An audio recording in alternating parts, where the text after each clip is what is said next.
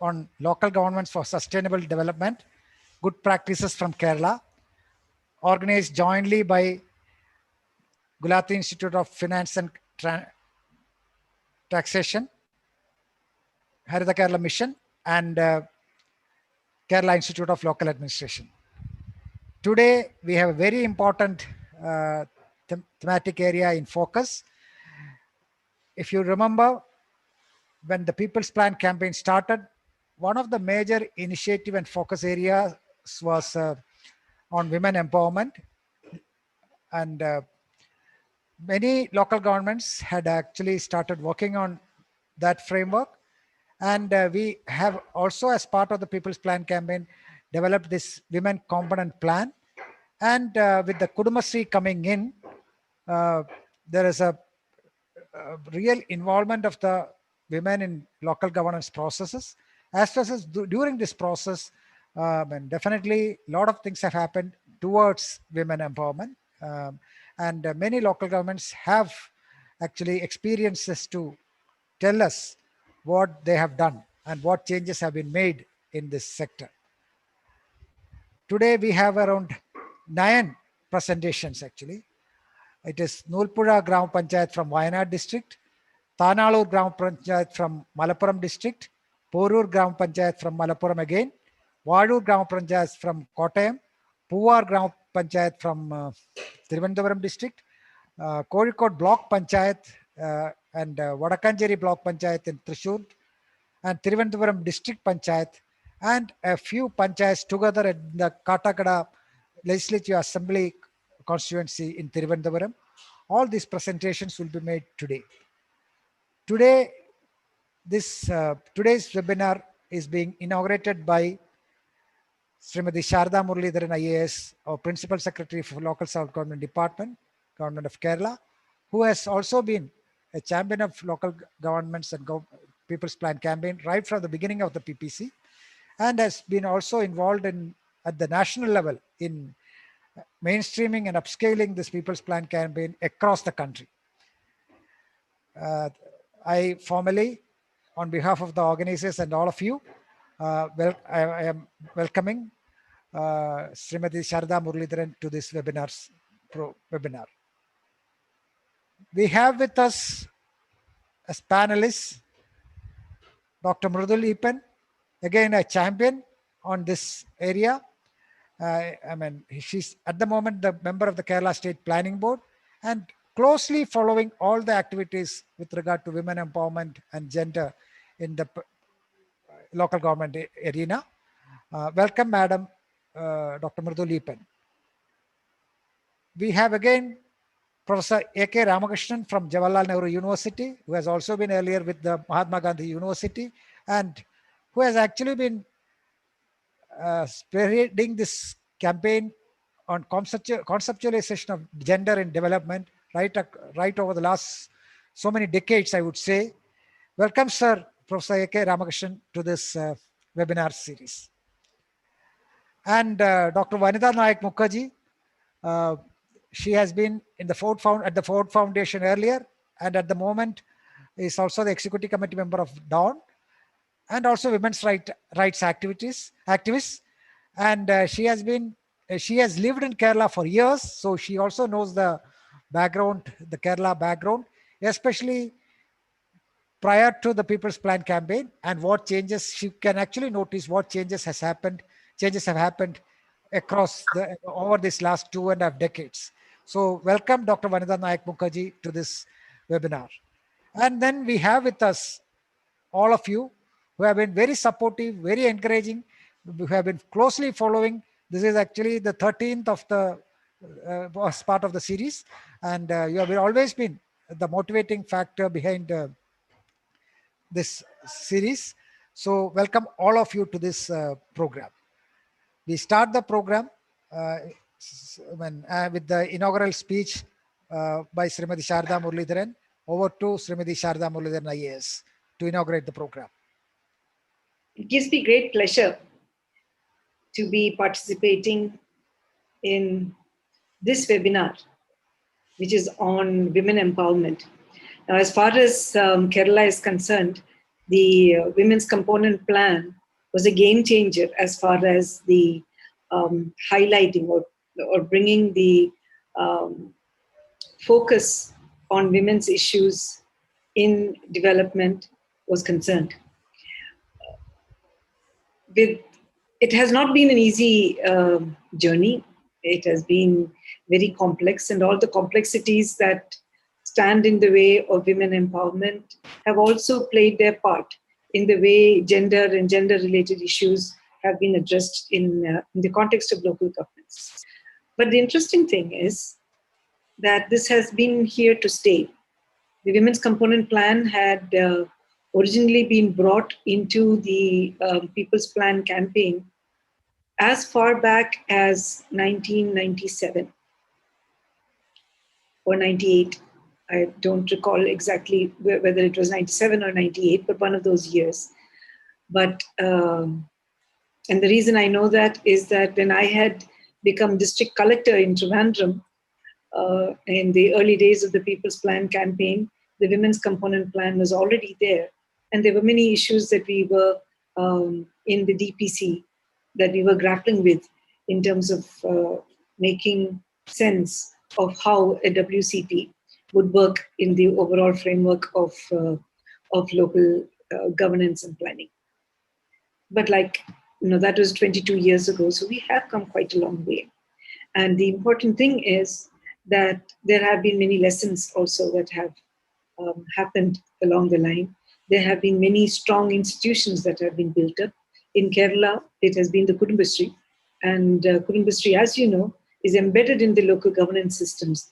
And has therefore had a major role to play in how panchayats visualized gender. For a very long time, it was the Women Component Plan, and taking forward the Women's Component Plan was an item that was entrusted to the Kudumbashree itself. Both the community structure as well as its official supporting structure inside the local governments were tasked with the responsibility of making this happen.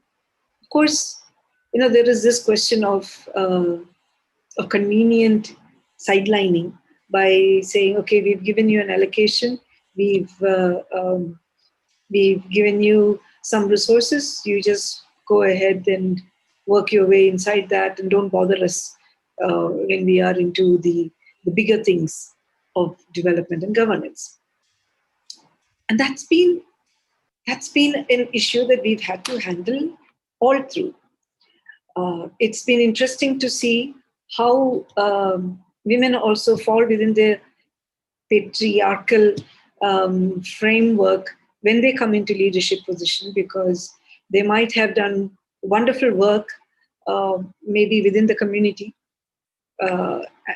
as community leaders, but when you get the political representative position of local governance leadership, then you seem to get completely swamped by the demands of the existing structure, and hardly find time and skill to be able to negotiate those power fault lines and come out with something which is actually empowering. And these are problems that we face and continue to face. When the Kudumbashree National Resource Organization has community leaders who fanned out to many parts of the country to help embed gender-sensitive governance and community issues in the way local governments respond in the GPDPs that have been set up, and in about ensuring community-based entitlements. And a few of them came out with a book very recently, which talked about their experiences. And it was interesting to see how women who came from strong women, but women who came from the background of a very powerful and enabling community structure how they had to very quickly reorient their idea of what constitutes empowerment in villages where they found that the Sarpanchpati was handling Panchayat's business, and the Panchayat president was busy in the field for working in the fields. So understanding the barriers that women everywhere faced made them also understand how privileged they were of having an environment that actually was enabling. And perhaps that experience helped them to understand also that they haven't made the most of that environment. And this is a story of making that environment productive. Very recently, you were taking a look at the SDGs and the performance in SDGs. It is interesting to see that, when you look at the performance of various states across SDGs, it ranges between 51, 53 and 88, 90 in terms of points that states have garnered for themselves, composite points that they have garnered against a host of indicators. And the SDG which has the lowest ranking in terms of the in terms of states points, it is the SDG number 5, which is on gender equality. And also interestingly, when you look at the embedded gender dimensions within other SDGs, you find a similar pattern coming up, that while on many indices states perform well, when it comes to gender, we really need to get our act together. For years, we have been looking at gender from a very practical lens. Strategic gender interventions were not seen as something that were connected with the plan. But because they were not connected with the plan, they were not connected with local governance itself. So we looked at, in the early days of decentralization, we were busy giving women houses and women pump sets and women roads. And then from there, we went into creating women SHGs and women enterprises and women support and addressing issues like sanitation from the perspective of women, enabling women to get good education. And then came the dimension of embedding women in various community structures. So from practical, you move into strategic areas where you say various committees. It was about the participation was token, but the fact that you recognized that token presence was important and needed to be put there was important. So that was in a sense a strategic breakthrough. That women's structures, be it PTAs, be it village sanitation committees, be it any structure, ward level or panchayat level or municipal level that was being created, that you recognize the need for putting women in, and that includes the working groups, that includes the places where plan formulation happened. Kerala has this unique characteristic of very high women participation in the Gram Sabhas and the ward Sabhas. And this has not really come about because the women are extremely empowered. We started off with a scenario in which women were missing from the Gram Sabhas. And one of the answers to that, or one of the solutions that was prescribed, ended up creating Kudumbashree, the network of community women, where we do not call our SHGs, but neighborhood groups that are supposed to be feeder communities into the Gram Sabha. But the thing is, the Kudumbashree network was able to bring in such a huge mobilization and participation of women in Gram Sabhas that later on the question came, where are the men in the Gram Sabhas? So that was the extent of participation. on the face of it, it looks good, but there are some questions to be asked. Was this a way of getting compliant Gram Sabhas, because you could be sure that the women would not be raising their voices or coming out with critical inputs against or questions of the local government? And from there comes the question also as to, if that was so, why? Why was it that women were not raising issues? Is it because they had no issues to raise, or because they had themselves learned or been captured, brought into a mindset of being a captive audience? So challenges have also been about how do you convert participation and presence in local governance structures and community structures, and the Gram Sabha in particular, into strategic participation and informed participation and deliberation in these places. It has to be step by step. It is an empowerment ladder. First, you get the space, then you get the then you get the visibility, and from the visibility, you might be able to use that visibility for good, and you might be able to then raise and bring to the fore issues that are that burn with you, and issues that are not just about the common good, but also about things that matter to women. Because for a woman to voice issues that matter to her are also not really. I mean, they have been sort of cleansed out of her DNA, and it's important to be able to bring that back.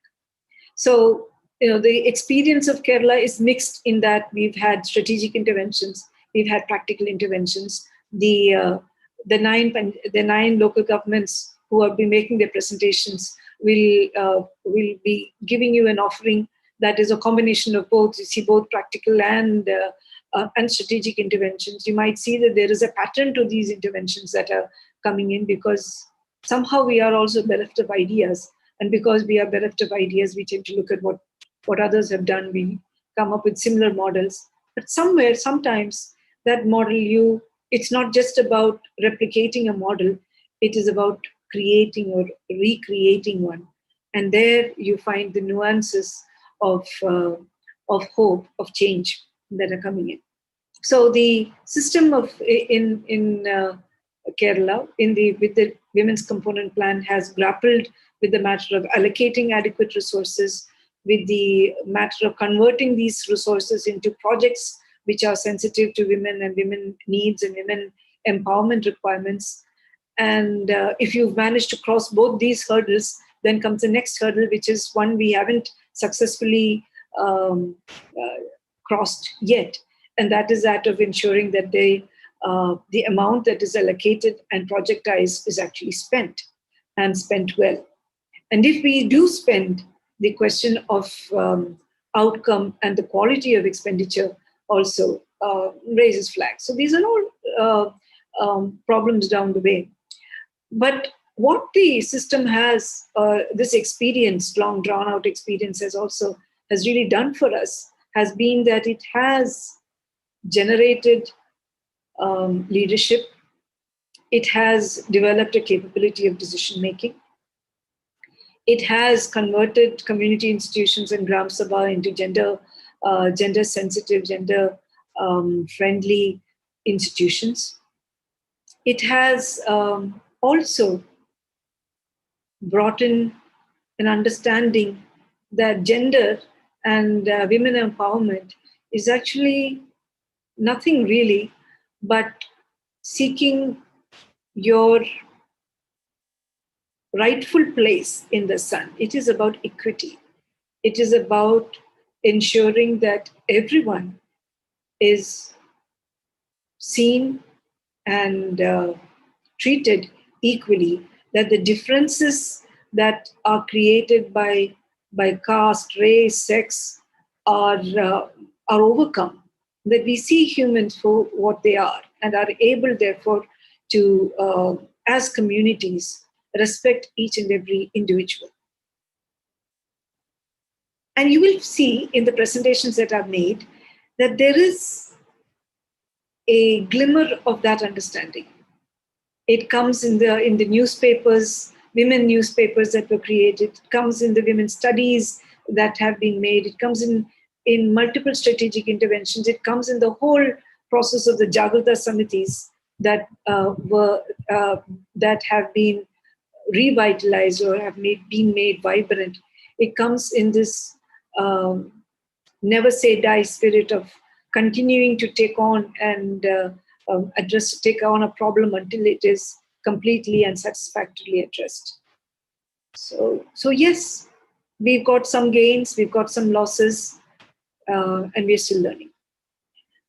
Thank you for your patience. I hope you have a wonderful webinar. Good day. Thank you. Thank you, madam. And you have set the tone and the background for this webinar. Now, actually, I invite Dr. KPN Amrita of Kila to moderate the sessions to come, next session. And over to Dr. Amrita. Thank you, Dr. Joy Elaman. Respected Principal Secretary Sarada ma'am, respected panelists, other dignitaries present here, the respected persons present here as our today's webinar participants from local bodies. As already mentioned by our Kila Director General, there are 9 local bodies going to present here their good practices and initiatives they've done for empowering women in their local area.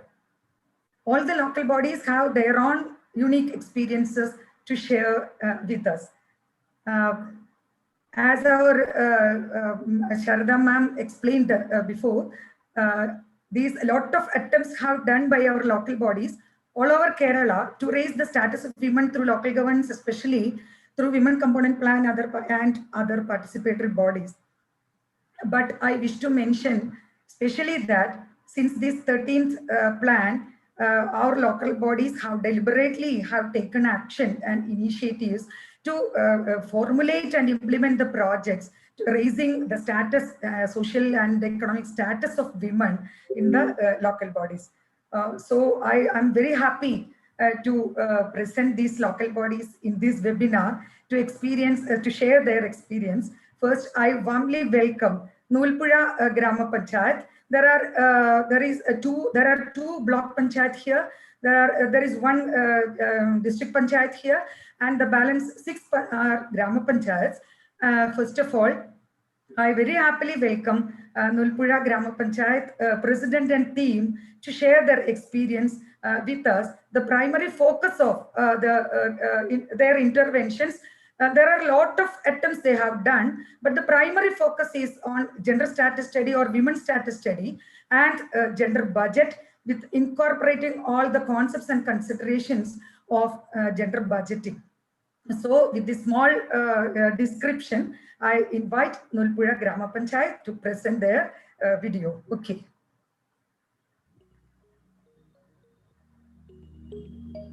Nulpura is a Gram Panchayat situated on the edge of Western Ghats in the Wayanad district.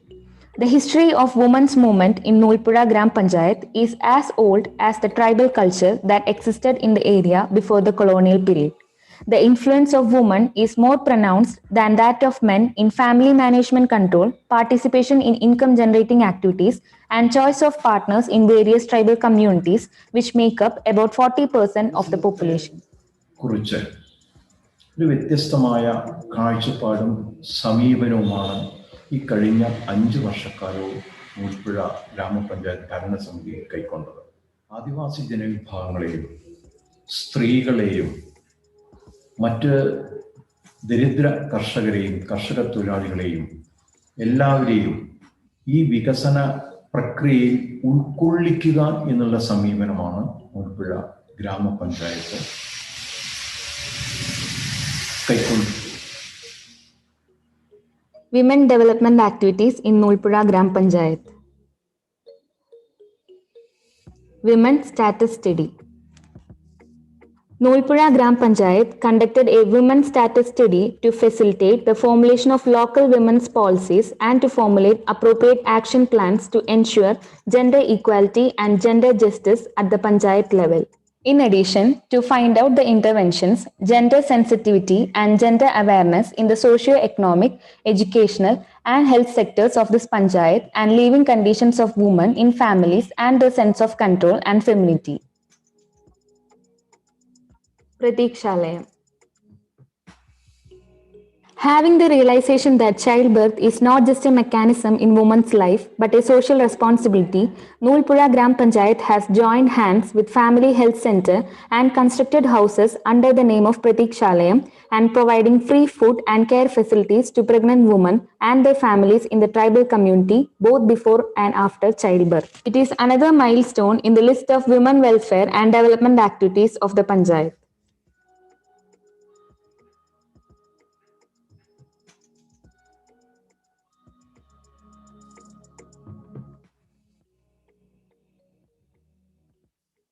Harida Karma Sena.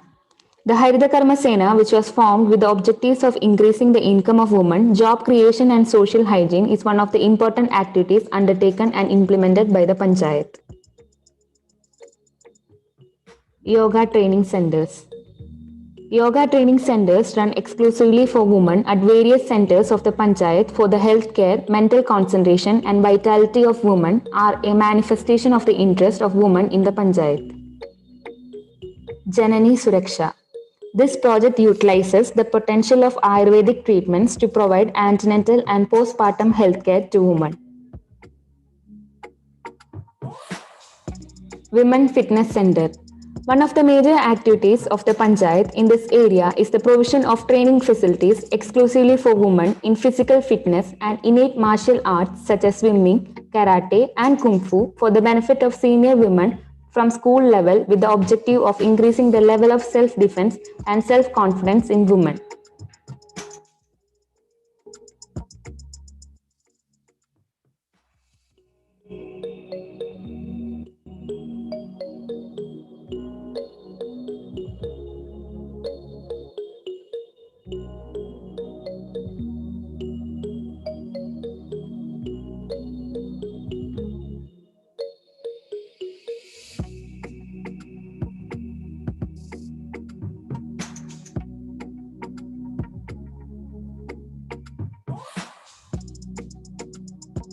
Women-friendly toilets.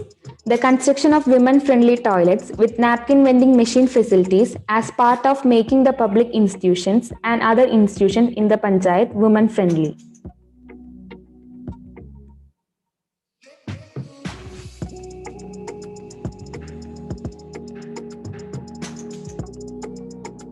Through the effective implementation of various projects, Panchayat succeeded in improving the status of women in Nulpura.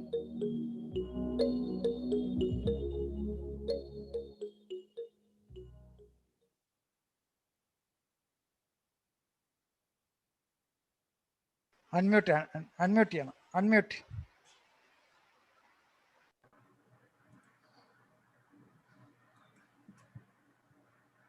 Yes, thank you very much, Nulpura team. Next, I invite Tanalur Grama Panchayat here. Here also they have done a lot of activities as the part of making the Panchayat gender friendly. The very noticeable interventions are, they have published a newspaper called Samata, and then they have developed a gender policy, and they have a plan of maintaining gender protocol in schools and other institutions. So very happily, very warmly, I invite Tanalur President and team to share their experiences in this webinar. Please, Tanalur.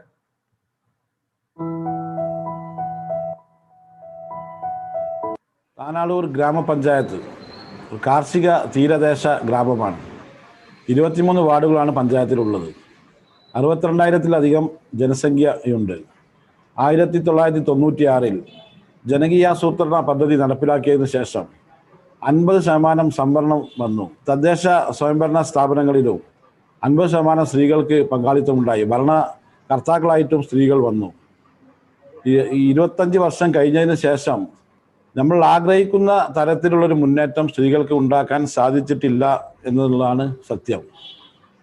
സംസ്ഥാന ഗവൺമെന്റിന്റെ തീരുമാനപ്രകാരം 2018-ൽ താനാളൂർ ഗ്രാമപഞ്ചായത്ത് gender സൗഹൃദ പഞ്ചായത്തായി പ്രഖ്യാപിച്ചു. പഞ്ചായത്തിൻ്റെതായ gender നയം നടപ്പിലാക്കി. അത് ജനങ്ങൾക്ക് മുന്നിൽ സമർപ്പിക്കുവാൻ സാധിച്ചു. താനാളൂർ ഗ്രാമപഞ്ചായത്തിലെ മുഴുവൻ സ്ത്രീകൾക്കും അന്തസ്സോടെയും ആത്മവിശ്വാസത്തോടെയും സന്തോഷത്തോടെയും ജീവിക്കാനുള്ള അവസരം ഉണ്ടാക്കുക എന്നാണ് താനാളൂർ ഗ്രാമപഞ്ചായത്തിൻ്റെ പ്രഥമ ലക്ഷ്യം. Publishing a newspaper named Sarada was a significant program done by Tanallur Grama Panchayat, among other works to ensure a gender-friendly local governance. On March 29, 2018, Honorable State Assembly Speaker Sri Ramakrishnan presented the gender policy to the public. The issues identified in the policy were categorized into subject groups on education, health, employment, creativity, and social security. The idea of a woman-led newspaper was born out of the theme creativity. The one-day workshop was conducted by the Malayalam University's Department of Media Studies. In addition, various trainings were imparted in this regard. After the training, they started collecting reports.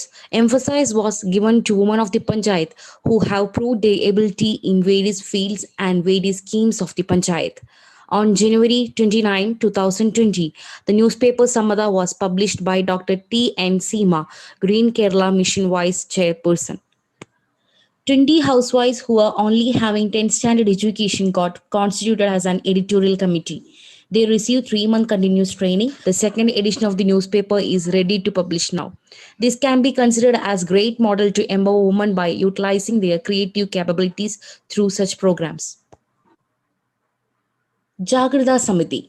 Jaguar Summit, a mini court system, has been functioning efficiently in Tanallur Grama Panchayat for about 3 years. Out of a general body of 30 to 40 members, 9 members are elected to the ward level vigilance committee. The Panchayat Administrative Committee is fully responsible for selecting the members of Panchayat Jaguar Summit. It includes the Panchayat President, ICDS Supervisor, Doctor, CDS Chairperson, Police Officer, and member who are acquired membership through nomination, woman member, SC, women lawyers, and elected ward level conveners. Accordingly, the vigilance committees meet once a month and the reports are codified by the Panchayat level vigilance committee.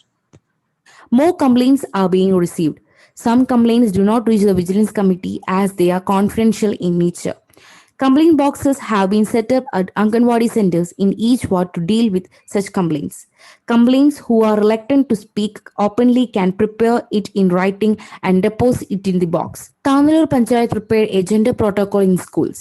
Gender protocol meant to address mental and physical issues of girl children. They enlisted some major points to address gender issues in school through the gender protocol. Panchayat തയ്യാറാക്കിയ നയരേഖയുടെ അടിസ്ഥാനത്തിൽ നിരവധി പ്രവർത്തനങ്ങളാണ് നടപ്പിലാക്കിക്കൊണ്ടിരിക്കുന്നത്.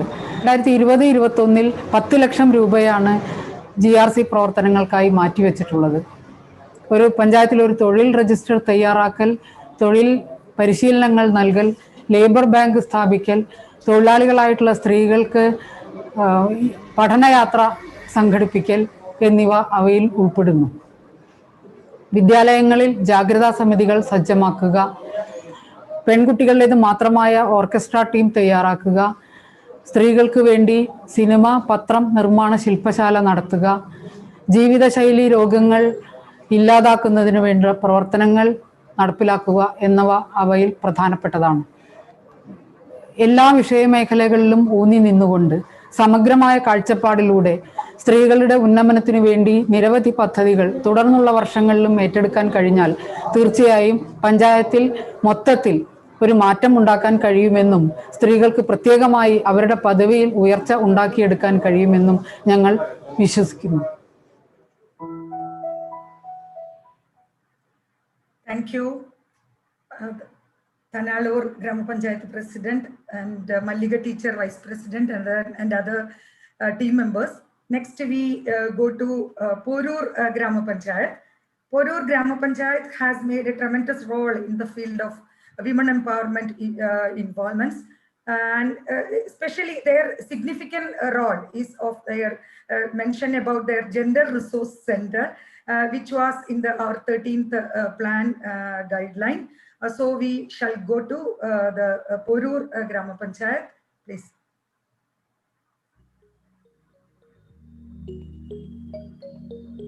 Porur Panchayat, located in Malappuram district in Kerala, has made a tremendous role in the field of women empowerment.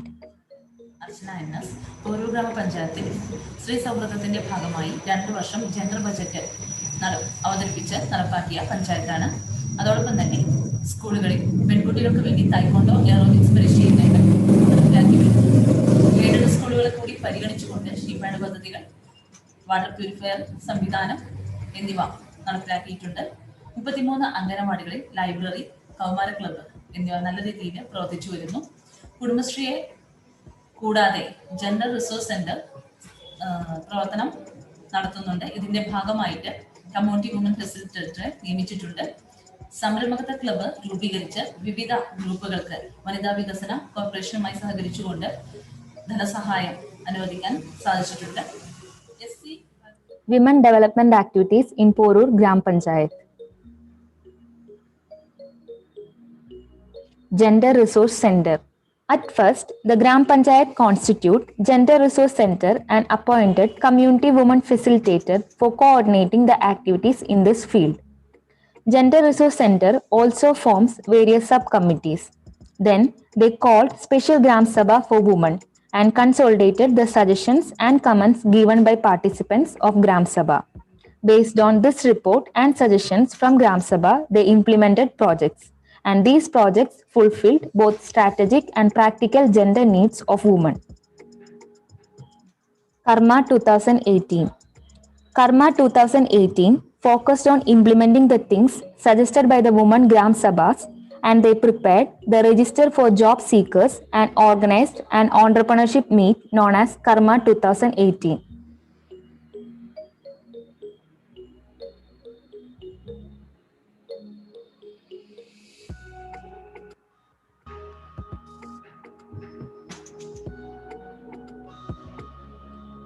Main project of Porur Panchayat was that they constructed a building for women.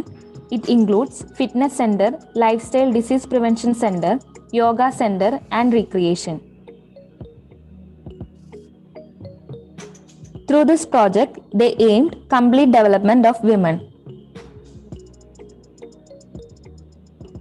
Girl-friendly toilets and sheep pad units. The Panchayat constituted girl-friendly toilets and sheep pad units in all schools. Martial arts training for women. Panchayat provided martial arts training for both women and children.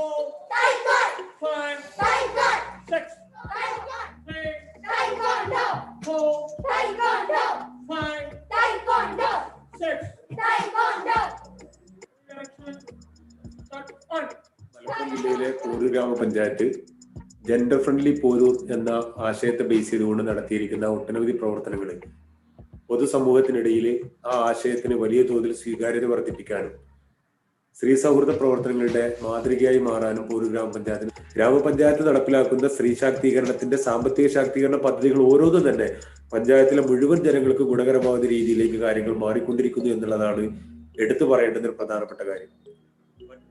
Porur Gram Panchayat has done activities not only for the empowerment of women but also changed the attitude of society and family towards women.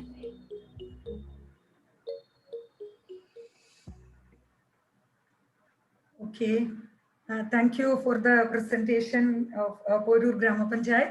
Next we go to Valur Grama Panchayat. Valur Grama Panchayat also have taken so many initiatives in the women empowerment area. But the specific thing is their gender status study. Part of the gender status study, they concentrated on the reproductive health of women in the Grama Panchayat. That's the special thing here to mention. So over to Valur Grama Panchayat, please. The developmental activities of Valur Grama Panchayat, located in Kottayam district, was just like any other local self-government institutions till 2018. They had started working with a women organization, Sakhi, from 2018 onwards. That resulted a change in the whole scenario regarding gender issues. Last year, we conducted a detailed study about women in our Grama Panchayat. As we all know, nowadays, government and non-governmental organizations are conducting various programs for empowering women at various levels. But we are sure that only by knowing the real problems faced by our women community, we could frame projects which can solve the acute problems faced by women. It is this realization that led to frame a project about women's studies, and we succeeded in completing the study, and we published a report regarding the study with the help of an organization, namely Sakhi in Trivandrum district. And on the basis of the recommendations of that report, we framed certain projects during 2020-21. And we are at the stage of initiating some of the projects during the coming months. We started our GRC on the 22nd of August 2018. And after that, all important days, especially related to women, children, and senior citizens. Panchayat has conducted gender status study and a gender desk in school is also started. Gender status study is published in 2020. A logo for gender desk is also published. Report of the project, actually we always telling to all the panchayats that it should not be just a report. It must taken up in the coming planning of the projects of the panchayat. Luckily, or maybe it is the will of the governing body that this report is taken up later also, that they have included projects from this report. For example, they have included a menstrual cup project, distributing menstrual cup project for certain number of women in the panchayat, which is I think unique in the state. Maybe 1 or 2 panchayats have done earlier. Anyway, it is a very proactive step towards the women's equality, gender equality in the panchayat. We hope this will be a model for other panchayats also. The first thing they have done is the rejuvenation of Jaguar Summit to handle the cases of harassment against women and children. They have conducted Panchayat Jaguar Summit on time. The filed cases had been increased and counseling sessions also conducted to address the grievances. This led to the strengthening of Jaguar Summit in the Panchayat. Other women-friendly activities in the Panchayat are setting up a sanitary napkin vending machine, women-friendly toilets, and changing rooms. The Panchayat also fixed baby cradle in front of the Panchayat office.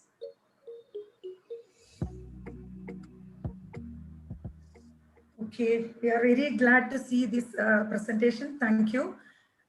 Next, we go to Puvar Grama Panchayat.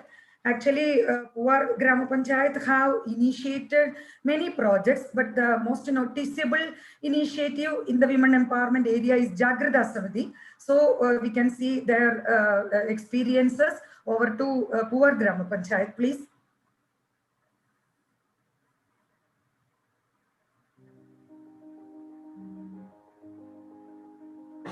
കഴിഞ്ഞ 5 കൊല്ലം കൊണ്ട് ജാഗ്രതാ സമിതിയുടെ programme സ്ത്രീകളുടെയും കുട്ടികളുടെയും ഉള്ള അതിക്രമങ്ങൾക്കുള്ള പ്രശ്ന പരിഹാരങ്ങളെല്ലാം തന്നെ നമ്മുടെ പഞ്ചായത്തിൽ അതിൻ്റെ കാര്യക്ഷമതയോടുകൂടി നടത്തിക്കൊണ്ട് വരികയായിരുന്നു. കേരള സംസ്ഥാന വനിതാ കമ്മീഷന്റെ ഒരു തനതായ പ്രവർത്തനം അതിൻ്റെ ചുക്കാൻ പിടിച്ചുകൊണ്ട് നമ്മുടെ പഞ്ചായത്തിലും അതിൻ്റെ പ്രവർത്തനം നിലകൊണ്ടുകൊണ്ടിരിക്കുകയായിരുന്നു. കഴിഞ്ഞ എല്ലാ വർഷങ്ങളിൽ നിന്ന് വ്യത്യസ്തമായി ഇപ്പോൾ തന്നെ വിവിധ വാർഡുകളിൽ ഉണ്ടായിരുന്ന സ്ത്രീകളുടെയും കുട്ടികളുടെയും നേരെ ഉണ്ടായിരുന്ന അതിക്രമങ്ങൾ ധാരാളം കാര്യങ്ങൾ നമുക്ക് പഞ്ചായത്തിൽ തീർപ്പ് കൽപ്പിക്കുവാൻ സാധിച്ചിട്ടുണ്ട്. Puvar is a coastal village at Thiruvananthapuram district. The successive Panchayat Samitis have given ample importance to women empowerment activities.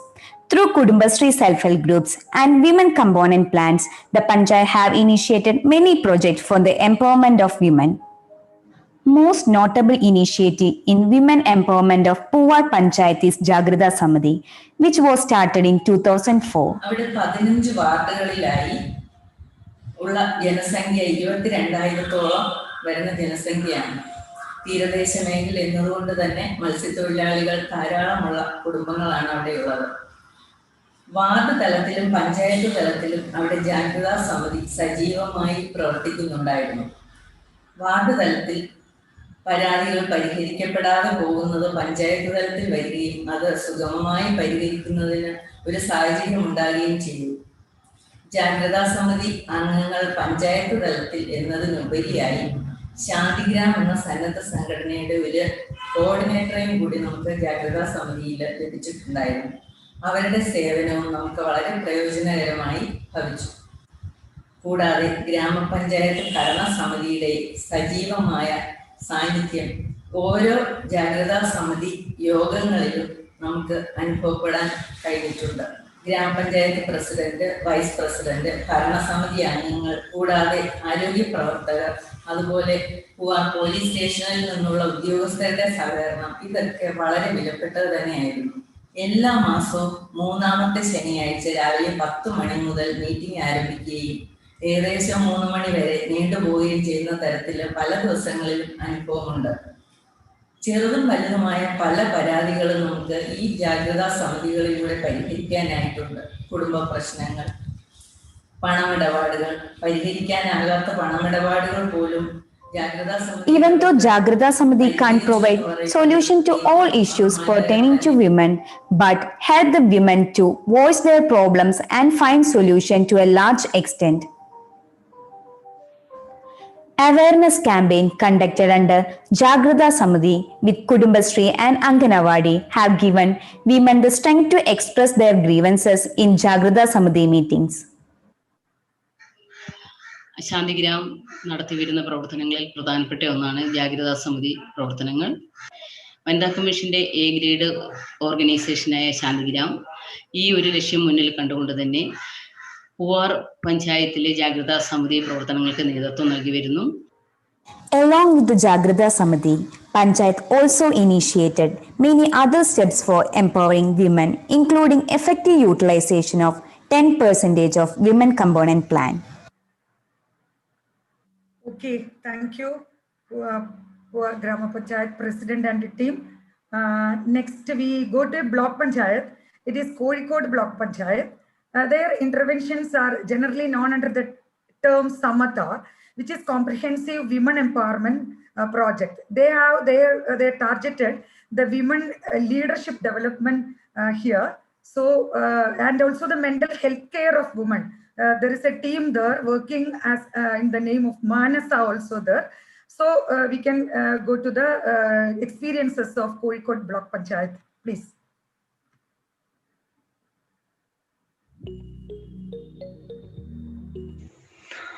One of the essentials for achieving the development goal of a society is to uplift the women who make up half of the society to the mainstream. Gender equality is one of the activities that focuses on the goal of global sustainable development. Samatha Women Empowerment Scheme is a project implemented for the last 4 years by the Kozhikode Block Panchayat, with an emphasis on gender equality awareness and women empowerment. The project, which focuses on the social, economical, political and cultural spheres, has made great strides in creating gender awareness in the society and enhancing the leadership of women.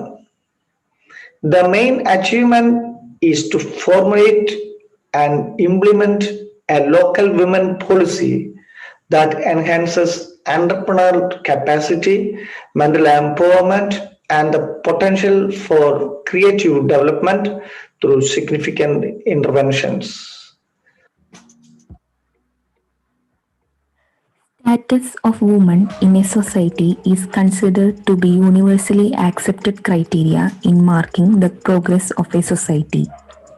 It was Kozhikode Block Panchayat's firm conviction that the idea of gender equality should be part of governance policy. Samata is a project designed for that. Comprehensive Women Empowerment Project.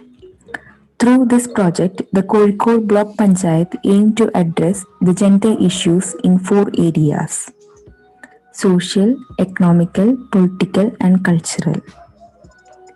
Women's status study and policy document preparation were major initiatives of Panchayat to raise this discussion among common public and to identify the issues of women in the locality. Block Panchayat formulated a set of projects for empowering women and earmarked funds for these projects. Through these interventions, the Panchayat is confident that the leadership has been deliberately shifted to women and has made great advancements in women leadership development. Vocational training, entrepreneurial development, Eluthupura, Sarga Sangamam, counseling center, adolescent empowerment programs, posting of women facilitator, mental health care for women, self-defense training, mom for mothers with disabled children, gender parliament, women's development center, skill development center, gender resource center. Although the block panchayat had planned for more projects, there were so many hurdles to get the project sanctioned. The success of these projects lies upon the leadership intervention of Welfare Standing Committee, sincere and insightful works of CDPU, strong support from Kudumbashree District Mission, hard work of community women facilitator and resource persons from all the 3 panchayats, and academic and hand-holding support of Kila. Manasa is a project that provides effective facilities which increase the confidence, fulfill the needs and alleviate the stress of students from schools under Thiruvananthapuram District Panchayat. Girls' amenity centers have been set up in 26 schools in the district. Napkin vending and destroyer machine have been installed in all government high schools, higher secondary schools and all educational institutions. A total of 150 sets of machines were set up in 142 educational institutions in the district. Raksha is a project implemented to impart karate training to girls in schools under the jurisdiction of the Thiruvananthapuram District Panchayat to prevent self-harm and violence against women and girls in the society. 125 government-aided schools under Thiruvananthapuram District Panchayat mobilized 6,000 girls on March 8th, that is on Women's Day. The children's karate show at Thiruvananthapuram Greenfield Stadium attracted world attention and set a Guinness World Record. The major goal of our project Samada is gender equality in its all means. The main activities to achieve our goals are gender sensitization programs in grassroots level, in ward level, leadership and entrepreneurship development programs, formation of gender resource group in block level and formation of women clubs in ward level, and intervention like individual and family counseling, stress management workshop for women and self-defense training for women. We have organized cultural events to promote the participation of women in such programs. We have formed a group of mothers of disabled children to address the special needs they have. By doing all these programs, we are moving ahead towards our goal. Thank you, President, CDPO, and other team members of Kozhikode Block Panchayat. Next, we go to Vadakanjeri Block Panchayat. This project is very famous everywhere in Kerala and outside Kerala, which is known as Green Army. The feature of the Green Army was its female participation. And the major attracting part of Green Army is that they equally pay women and men. So we can see the experiences of Vadakanjeri Block Panchayat, please.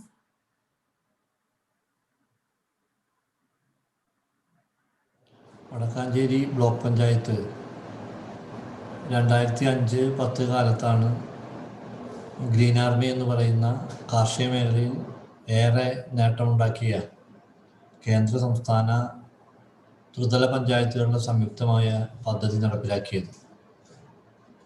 Block പഞ്ചായത്തുകൾക്ക് ഗ്രാമപഞ്ചായത്തുകളെ സംയോജിപ്പിച്ച് കാർഷിക മേഖലയിൽ, നെൽകൃഷി മേഖലയിൽ അഭൂതപൂർവമായ നേട്ടമുണ്ടാക്കാൻ കഴിഞ്ഞ ഒരു പദ്ധതിയായിരുന്നു ഇത്. സംസ്ഥാന സർക്കാരിൻ്റെ നല്ല പ്രോത്സാഹനം അന്ന് നമുക്ക് ലഭിക്കുകയുണ്ടായി.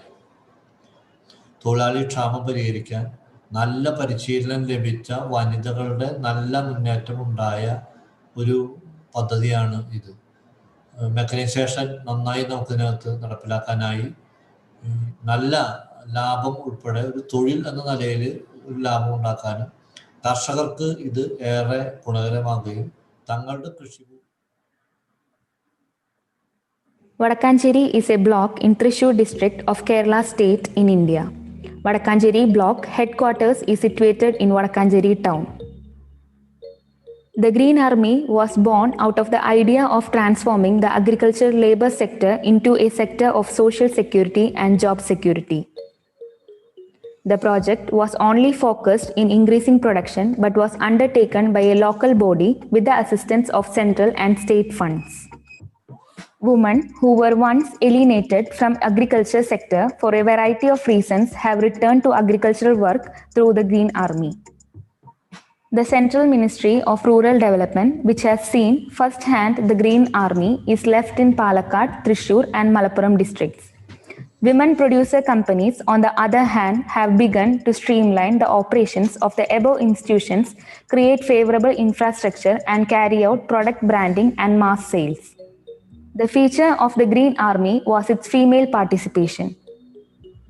It was in this context that the Green Army came to the force with the latest technology and brought women back to the agricultural hygiene as an agricultural force that taught them new technology.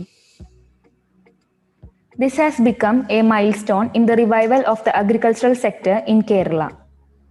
Due to the cost of production in agricultural sector, farmers began to withdraw from farming. Women who were more likely to be agricultural workers lost their jobs. This was due to the need for technical expertise in agricultural cleaning. This method of employment on a cooperative basis provides job security for women. The most important thing is that the activities of the Green Army were directly witnessed by the Union Ministry of Rural Development. The major attracting part of Green Army is that they equally pay women and men. The result is that the ministry approved the formation of Green Army model in the remaining 43 banks in Palakkad, Thrissur and Malappuram districts. The projects were implemented with the funds of central government, state government and local self-government institutions under the scheme named Mahila Kisan Shaktikaran Pariyojana. Later, the Labour Bank was extended to some other districts. Green Army കേരളത്തിലെ ആദ്യത്തെ skilled labour bank ആണ്. കാർഷിക മേഖലയിൽ ഒരു പുതിയ space സ്ത്രീകൾക്ക് കണ്ടെത്താൻ കഴിഞ്ഞു എന്നുള്ളതാണ് ഗ്രീൻ ആർമിയുടെ ഏറ്റവും വലിയ നേട്ടം. ഗ്രീൻ ആർമിയിൽ സ്ത്രീകളും പുരുഷന്മാരും ഉണ്ട്. പക്ഷെ ഇവിടെ തുല്യ ജോലിക്ക് തുല്യ വേതനം എന്നുള്ളത് പ്രാവർത്തികമാക്കാൻ ഗ്രീൻ ആർമിക്ക് കഴിഞ്ഞു എന്നുള്ളതാണ്. ഈ ഒരു അനുഭവത്തിന്റെ വെളിച്ചത്തിലാണ് തൊഴിലുറപ്പ് പദ്ധതിയില് സ്ത്രീകൾക്ക് വേണ്ടി ഒരു 40 ദിവസം തൊഴിൽ ചെയ്ത സ്ത്രീകൾക്ക് വേണ്ടിയാണ് MKSPയിൽ പദ്ധതി സമർപ്പിച്ചത്. ഒരുപക്ഷെ കേരളത്തിലെ ഭൂപരിഷ്കരണത്തെ മുന്നോട്ട് കൊണ്ടുപോകാനുള്ള സ്ത്രീകളുടെ ഒരു വലിയ മുന്നേറ്റമായി ഈ പദ്ധതി മാറുകയാണ്. ഇപ്പോൾ നടിയിൽ സ്ത്രീകൾക്ക് പുതിയ ലേബർ ഡേയ്സ് നമുക്ക് കൊടുക്കാൻ വേണ്ടി കഴിയുന്നു. അതിനകത്ത് വീഡിങ്ങിനകത്ത്, സ്പ്രേയിങ്ങിനകത്ത്, ട്രാക്ടർ അടിക്കുന്ന കാര്യത്തിലെല്ലാം സ്ത്രീകൾക്ക് പുതിയ ലേബർ ഡേയ്സിന്റെ സാധ്യതകൾ നമുക്ക് കണ്ടെത്താൻ വേണ്ടി കഴിഞ്ഞു. ഇവിടെ നെല്ലില് മാത്രമല്ല, തെങ്ങിനകത്ത് അവര് തെങ്ങ് കയറുന്നു. അപ്പുറത്ത് പച്ചക്കറി കൃഷിക്കകത്ത് ഇറിഗേഷൻ നന്നായി, നല്ല ഡ്രിപ്പ് ഇറിഗേഷന്റെ സാധ്യതകൾ പച്ചക്കറി കൃഷിക്കകത്ത് ഉപയോഗിക്കുന്നു. 10 സെന്റിൽ ഒരു ക്രോപ്പ് എന്നുള്ള ഒരു പുതിയ സംവിധാനം കൂടി ലേബർ ബാങ്കുകൾ വഴി നമുക്ക് ജനങ്ങളുടെ അടുത്ത് എത്തിക്കാൻ വേണ്ടി, കർഷകരുടെ അടുത്ത് എത്തിക്കാൻ വേണ്ടി കഴിയുന്നു. അപ്പൊ പച്ചക്കറി കൃഷി ലാഭകരമാകാൻ വേണ്ടി കഴിയുന്നു. ഇത്തരത്തിൽ ഒരു വലിയ ഇടപെടൽ, ഒരു പക്ഷേ ഒരു കൃഷി ഓഫീസർ കർഷകരുമായി എങ്ങനെ ഇടപെടുന്നു എന്നതുപോലെ തന്നെ ഈ ലേബർ ബാങ്കിലെ അംഗങ്ങൾ പുതിയ സാങ്കേതിക വിദ്യയെ കുറിച്ച് പരിചയപ്പെടുത്തി കൊടുക്കുന്നു. അതുപോലെ തന്നെ യന്ത്രവൽക്കരണത്തിന്റെ സാധ്യത പറഞ്ഞു കൊടുക്കുന്നു. ഇതെല്ലാം ഇതിന്റെ ഭാഗമായി ചെയ്തു വരുന്നതാണ്. സാമൂഹ്യമായും സാമ്പത്തികമായും എല്ലാം സ്ത്രീകൾ ഒരു വലിയ മാറ്റത്തിലേക്ക് പോകുന്നു. അപ്പോൾ ഈ കോവിഡ് കാലത്ത് കൃഷി വളരെ വേഗതയിലാക്കുന്നതിന് വേണ്ടിയിട്ടുള്ള പരിശ്രമങ്ങൾ ഞങ്ങൾ നടത്തുന്നുണ്ട്. അപ്പൊ ആ സമയത്ത് പാടശേഖരങ്ങളിലേക്ക് സ്വന്തം ടൂ വീലർ ഓടിച്ച് ഗ്രീൻ ആർമി അംഗങ്ങൾ വരുന്നു, ലേബർ ബാങ്കിലെ അംഗങ്ങൾ വരുന്നു. മാരുതി ഒമിനിക്കകത്ത് എല്ലാ സ്ത്രീകളും കൂടി അവർ സ്വന്തമായി ഡ്രൈവ് ചെയ്ത് പാടശേഖരങ്ങളിൽ എത്തുന്നു. ഒരു വലിയ മാറ്റം ഈ മേഖലയിലേക്ക് വരുന്നു എന്നുള്ളതാണ്. Thank you. Thank you, the President and Anup Kishore, President of Green Army, and other team members of Vadakanjeri Block Panchayat for sharing the experiences to us. Next comes District Panchayat of Thiruvananthapuram. Their major initiative, noticeable initiative, is in the field of self-defensing training program for girls, which is featured in Guinness Book of World Records. So we can go to the experiences of District Panchayat Thiruvananthapuram, please.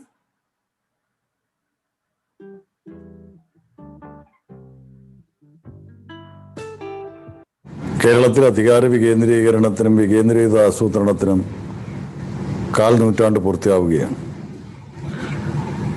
Panchayat Raj നഗരപാലിക നിയമം കേരളത്തിൽ പ്രാബല്യത്തിന് വന്നതിന് ശേഷം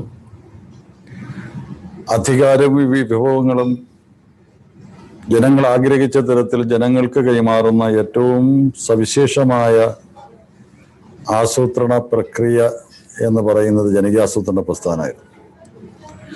1996 ജനകീയാസൂത്രണ പ്രസ്ഥാനത്തിന് കേരളത്തിൽ നാം തുടക്കം കുറിച്ചത്. കേരളത്തിലെ വികസന രംഗത്ത് പുതിയ ഒരു വികസന പരിപ്രേക്ഷ്യം മുന്നോട്ട് വെച്ചു എന്നുള്ളതാണ് ജനകീയാസൂത്രണ പ്രസ്ഥാനത്തിന്റെ പ്രത്യേകത. ആ ജനകീയാസൂത്രണ പ്രസ്ഥാനം തുറന്നു വെച്ച അനന്തമായ സാധ്യതകൾ 1/4 നൂറ്റാണ്ടിന് ശേഷം ഇന്ന് കേരളത്തിന്റെ വികസന രംഗത്ത് പ്രതിഫലിക്കുന്നുണ്ട് എന്നുള്ളത് നമുക്ക് സംതൃപ്തി നൽകുന്ന ഒരു കാര്യം തന്നെയാണ്. യഥാർത്ഥത്തിൽ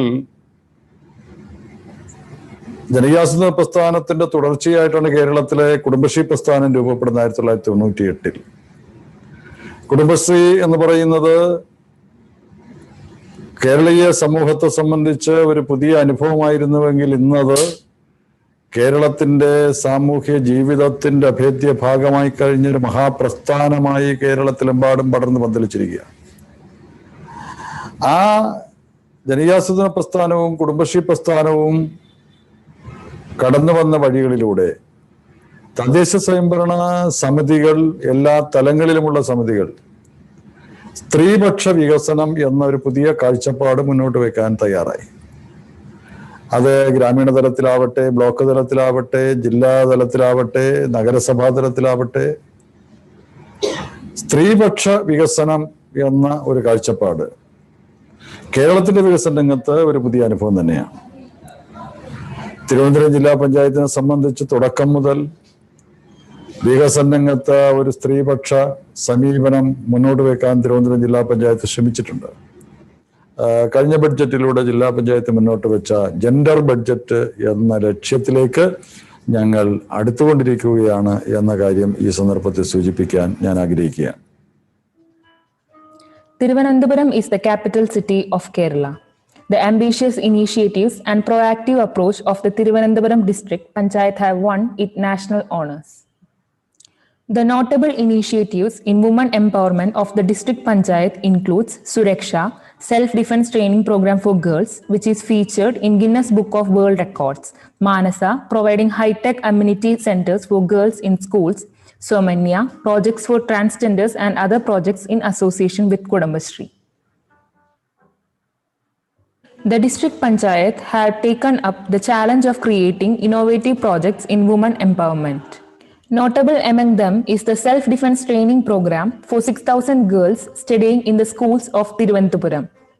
Raksha is a project implemented to impart karate training to girls in schools under the jurisdiction of the Thiruvananthapuram district panchayat to prevent self-harm and violence against women and girls in the society. 125 government-aided schools under Thiruvananthapuram district panchayat mobilized 6,000 girls on March 8th, that is on Women's Day. The children's karate show at Thiruvananthapuram Greenfield Stadium attracted world attention and set a Guinness World Record. For the first time in the history that a local self-government institution has set a Guinness World Record. Another one is the scheme named Manasa, providing high-tech amenity centers for girls in schools, which is widely appreciated by students and public. Manasa is a project that provides effective facilities which increase the confidence, fulfill the needs, and alleviate the stress of students from schools under Thiruvananthapuram District Panchayat. Girls' amenity centers have been set up in 26 schools in the district.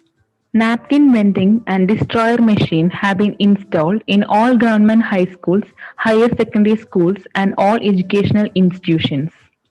A total of 150 sets of machines were set up in 142 educational institutions in the district. The district panchayat have taken another project named Sneha Tumbi to make the district child-friendly, involving all the 73 gram panchayat of the district. The project was launched after consulting with experts in this field, including from Child Rights Commission, Kila, eminent doctors, etc. Thiruvananthapuram District Panchayat have initiated many projects for transgenders, including housing and self-employment programs. The various projects and initiatives undertaken for women as well as transgenders makes the District Panchayat a model to other local self-government institutions. Okay, thank you very much to Trivandrum District Panchayat President and team. Now our last presentation is of Kattakada Legislative Assembly constituency. Actually, it is known as OPPAM, the program OPPAM, that is women-friendly constituency. But it is under the initiative and strong willpower of their MLA IB Sadishan. But this made possible with the cooperation and efforts of the 6 Grama Panchayats, which is Kattakada, Maranellur, Malayangid, Vilappil, Vilavurkal, and Pallichal. So we can see the programs of this Kattakada constituency, please.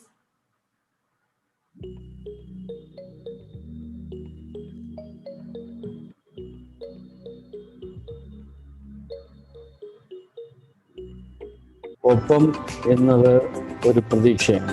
Kattakada നിയോജക മണ്ഡലം സ്ത്രീ സൗഹൃദ മണ്ഡലമാകണം എന്ന് ഞങ്ങൾ ആഗ്രഹിക്കുമ്പോൾ 6 പഞ്ചായത്തുകളിലെ 122 വാർഡുകളിലെ സ്ത്രീ സമൂഹത്തിൻ്റെ ആവശ്യകതകൾ എന്താണ്, അവർ അഭിമുഖീകരിക്കുന്ന പ്രശ്നങ്ങൾ എന്താണ്, എങ്ങോട്ടേക്കാണ് നമ്മൾ അവരുടെ മനസ്സുകളെ മാറ്റി സ്ഥാപിക്കേണ്ടത് എന്നതിനെക്കുറിച്ചുള്ള അന്വേഷണമായിരുന്നു കഴിഞ്ഞ 2 വർഷം. ഒപ്പം ചില പ്രായോഗിക പ്രവർത്തനങ്ങൾ. ഇതിപ്പോൾ 2 വർഷം പിന്നിടുകയാണ്. 2 വർഷം കൊണ്ട് ലക്ഷ്യം കൈവരിച്ചു എന്ന അവകാശവാദമൊന്നും ഞങ്ങൾക്കില്ല. പക്ഷേ ചില മാറ്റങ്ങൾ ഉണ്ടായിട്ടുണ്ട്. ഒപ്പം ജനസഭകളിലൂടെ, ഒപ്പത്തിൻ്റെ വിവിധ വേദികളിലൂടെ, മാർഗങ്ങളിലൂടെ തങ്ങളുടെ അഭിപ്രായങ്ങളും ആശങ്കകളും ആകുലതകളും പങ്കുവയ്ക്കുന്ന സ്ത്രീ സമൂഹമുണ്ട് ഇവിടെ. ഇനിയും ഒട്ടേറെ മുന്നോട്ട് പോകാനുണ്ട്.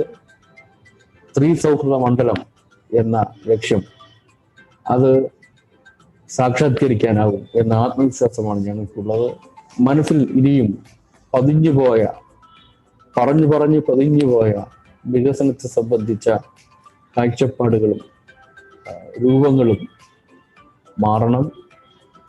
നാളുകളിൽ നമുക്ക് നേരിടേണ്ടത്, അഭിമുഖീകരിക്കേണ്ടി വരുന്നത് പുതിയ കാലത്തെയാണ്, പുതിയ പ്രശ്നങ്ങളെയാണ് എന്ന ഒരു തിരിച്ചറിവിലേക്ക് ഒരു സമൂഹത്തെ ഉണർത്താൻ കഴിയും എന്ന ആത്മവിശ്വാസമാണ് ഒപ്പത്തിൻ്റെ ഒപ്പം നിൽക്കുന്ന ഞങ്ങൾക്ക് എല്ലാവർക്കും ഉള്ളത്.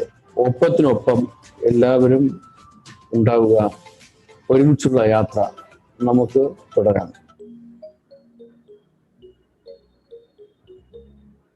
Kattakada constituency consists of Kattakada, Maranallur, Malayankizhi, Vilappil, Vilavurkal and Pallichal Gram Panchayat. It has been almost 2 years since efforts were made to transform this constituency into a woman-friendly constituency. The objectives of the project are to uplift the socio-economic status of women, to achieve gender equality in social development, to protect the rights of women, to take active participation and involvement of women in decision-making, empower women to protect women's justice, and also to empower them to defend and transcend the social condition it provides. Oppam is a comprehensive and integrated women's development program implemented by Shri I.B. Satish, MLA of Kattakada constituency, which has attracted world attention by turning the constituency into a waterlogged soil, greening the villages and carrying the next generation to water conservation measures through the project Jala Samruddhi. It continues its victorious journey today through various activities arising out of discussions with the people's representatives of 6 panchayats, residents associations, NSS volunteers, SPC, library officials and Kudumbashree under the leadership of the district collector by coordinating various departments. The Honorable Minister of Finance, Thomas Isaac, formally inaugurated the project Oppam on Women's Day, celebrated on March 8, 2018, and it was a historic beginning. Haritha Keralam Executive Vice Chairperson Srimati T.N. Seema released the Samipana Rekha of Oppam.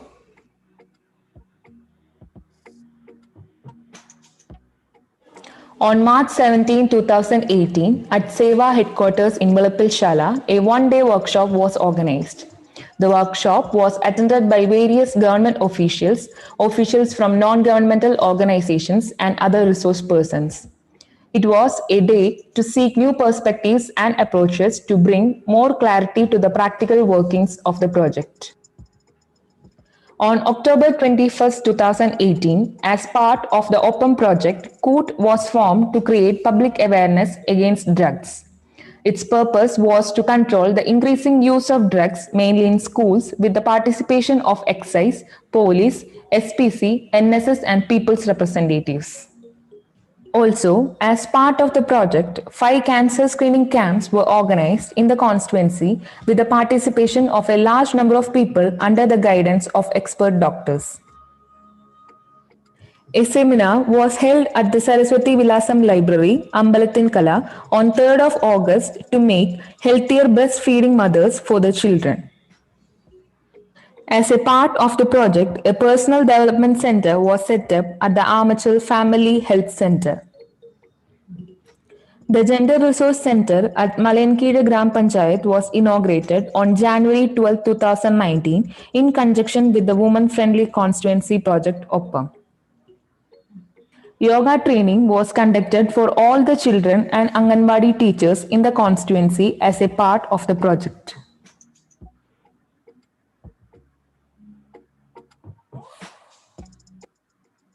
Established student-friendly rooms for girls in 14 schools as well. പെൺകുട്ടികൾക്ക് ശാരീരികമായോ മാനസികമായോ എന്തെങ്കിലും അസ്വസ്ഥത നേരിടുന്നുവെങ്കിൽ ഞങ്ങൾക്ക് ഏത് സമയം വേണമെങ്കിലും ഇവിടെ എന്ത് സൗകര്യം വേണമെങ്കിലും നടപ്പിലാക്കി തരുന്നുണ്ട്.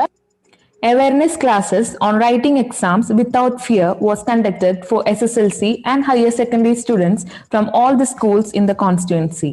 പരീക്ഷ അടുത്ത് വരുന്ന സമയമായതുകൊണ്ട് തന്നെ 10ാം ക്ലാസ് വിദ്യാർത്ഥികൾക്ക് മാനസികമായ ഒരുപാട് പ്രശ്നങ്ങൾ നേരിടേണ്ടി വരുന്ന സമയമാണ്.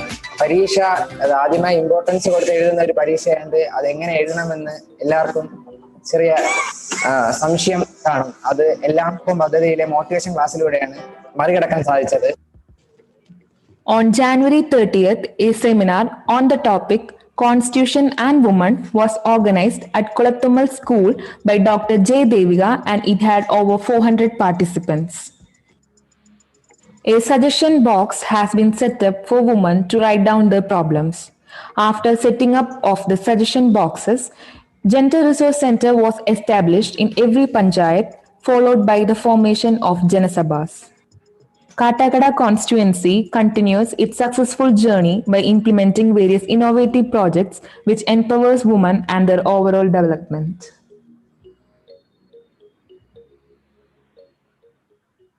So thank you, IB Sadishan MLA and other panchayat presidents, all the panchayat presidents and team members. Hope we had we had 9 wonderful presentations here. Congratulations to all the elected representatives, officials, and key resource persons who work behind these initiatives of local bodies. We appreciate you all, and thank you all for sharing and cooperating with us. Thank you.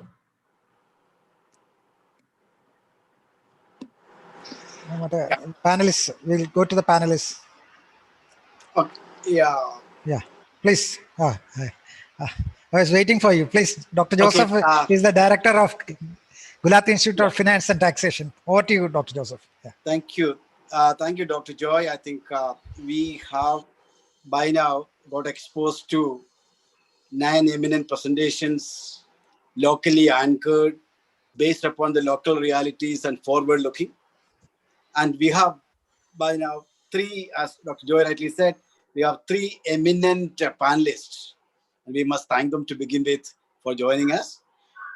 We have Professor Muraleedharan, formerly with Center for Development Studies and currently the member of the State Planning Board.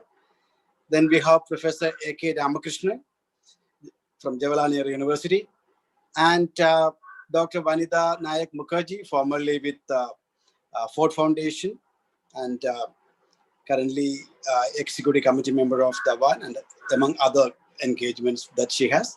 So to begin with, let us start with Professor Muraleedharan to hear their critical and at the same time constructive reflections on the presentations so far made. Over to you, Professor Muraleedharan. Good afternoon to all. Can you hear me? Yeah. Can you just lift your camera a little bit up? Yeah, that's okay. So good afternoon, and I'm really so impressed with all that has been presented here. It is so innovative and such a step forward from the beginning of the WCP that I'm really happy that we are moving at least forward on the way to women empowerment. Now, I'll just say one thing which I think we should all know, and Mr. Madhu was mentioning about the very committed decentralized planning which started at the local level in '96, with the 9th 5-year plan. Now, I wanted to inform people here that actually Kerala is the first state to have initiated a gender-aware planning with the 9th plan because of its attempt. Why do we call it gender-aware? Because it attempted to integrate women's issues into the planning process. That is what was done very, very consciously.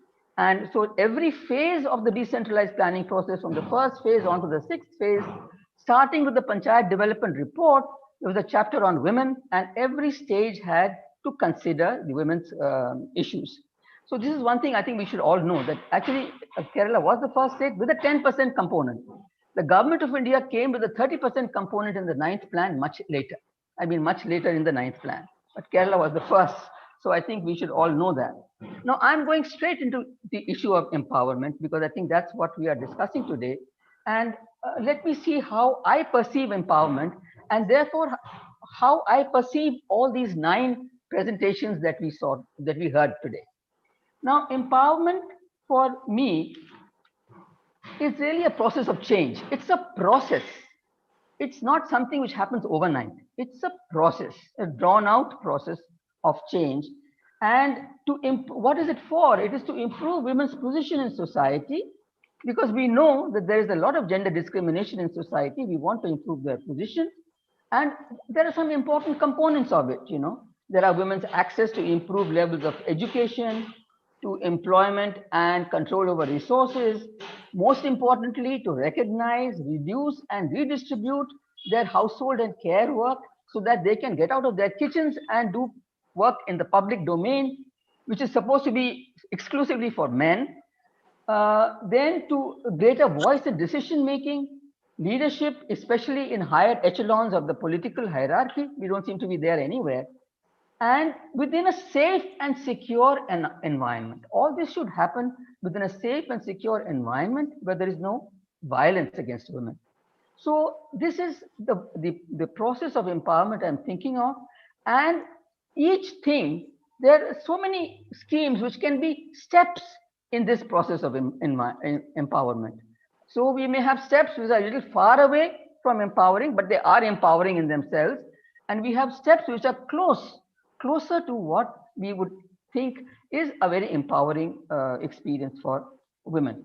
Now, we are sometimes, of course, I mean, I'm not going into the social construction of gender. We all know that there is this whole issue of the sexual or the social division of labor, which makes men be the earners in the family and be in the public domain, and women are supposed to be the homemakers. Very naturally, it is supposed to be a very natural thing for women to be homemakers when we know fully well that so many women are working. So, but this is an issue which is there, and therefore, when we talk of empowerment, we must remember that we are thinking of this change in a way to also bring about some change in this unequal distribution of work. Unequal distribution in the sense that if you are loaded with household and care work and you want to go outside and work, then obviously you are very constrained. You are very constrained because of this. So there is this whole issue of, it's in a way a political issue as well as a technical issue. A technical issue of putting some more resources into women's schemes, but it's a political issue because we are trying also to change to some extent the unequal power relations which have come into existence because of how the social division of labor is distributed between men and women, on top of which there are so many social norms and practices which disadvantage women. So we have to move very strategically and very carefully in our steps towards empowerment. Now, how do I see all these 9 presentations? I just was trying to split them into what was earlier being discussed.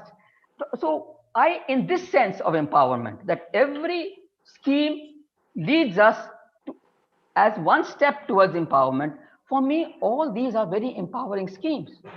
Now, of course, some schemes are actually fulfilling what we have been calling the practical needs of women, what women do as women. There are other needs which we call the strategic needs, where we challenge the unequal power relations. So if I just break up, and remember, even though I'm artificially dividing it, lots of practical schemes can also lead to strategic empowerment. You know, if you have, for instance, the Jala Samriddhi program, which may not enter into a women's program here, but it's an empowering program because it has made available water to women, which is a very oppressive function that women have to fulfill, to bring water from taps or rivers outside their houses. So there is this whole issue also that you can have a very empowering scheme, which we may not be including here under gender, but actually it leads to a lot of strategic empowerment of women, because now they can do other things instead of fetching water from their taps outside or wherever they get water from. So I just, anyway, to make the discussion a little easier to understand, I'll say that there are some of the schemes which I find as a practical needs. You know, for instance, what I mean is, you have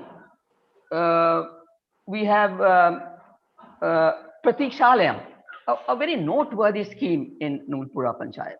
By the way, Nulpura, somehow the name itself fascinates me. I don't know why. It reminds me of a thin stream of river. Is that what it means? I think, isn't it? So this Nulpura, I've been getting very excited in their programs because the name itself is very fascinating. Now you have this Pratikshalayam. Now it's a very innovative scheme. The women who are expecting or the women after delivery have got places where they can stay, so they can come away a little earlier from their homes, especially in tribal areas. So, this is a very, it's after all, it's meeting your needs of producing children. But it is a very innovative scheme that they have. Then the other thing I thought was very innovative was the baby cradle in the Varaur Panchayat. I mean, women are coming to the Panchayat offices with babies, they can put their baby. Only thing is there should be more than one cradle, because if more than one woman with a child comes, then we may have a problem. So there are this is a baby cradle in the Panchayat front office in Varaur. Then the mom for mothers with intellectually disabled children in Kozhikode Block Panchayat.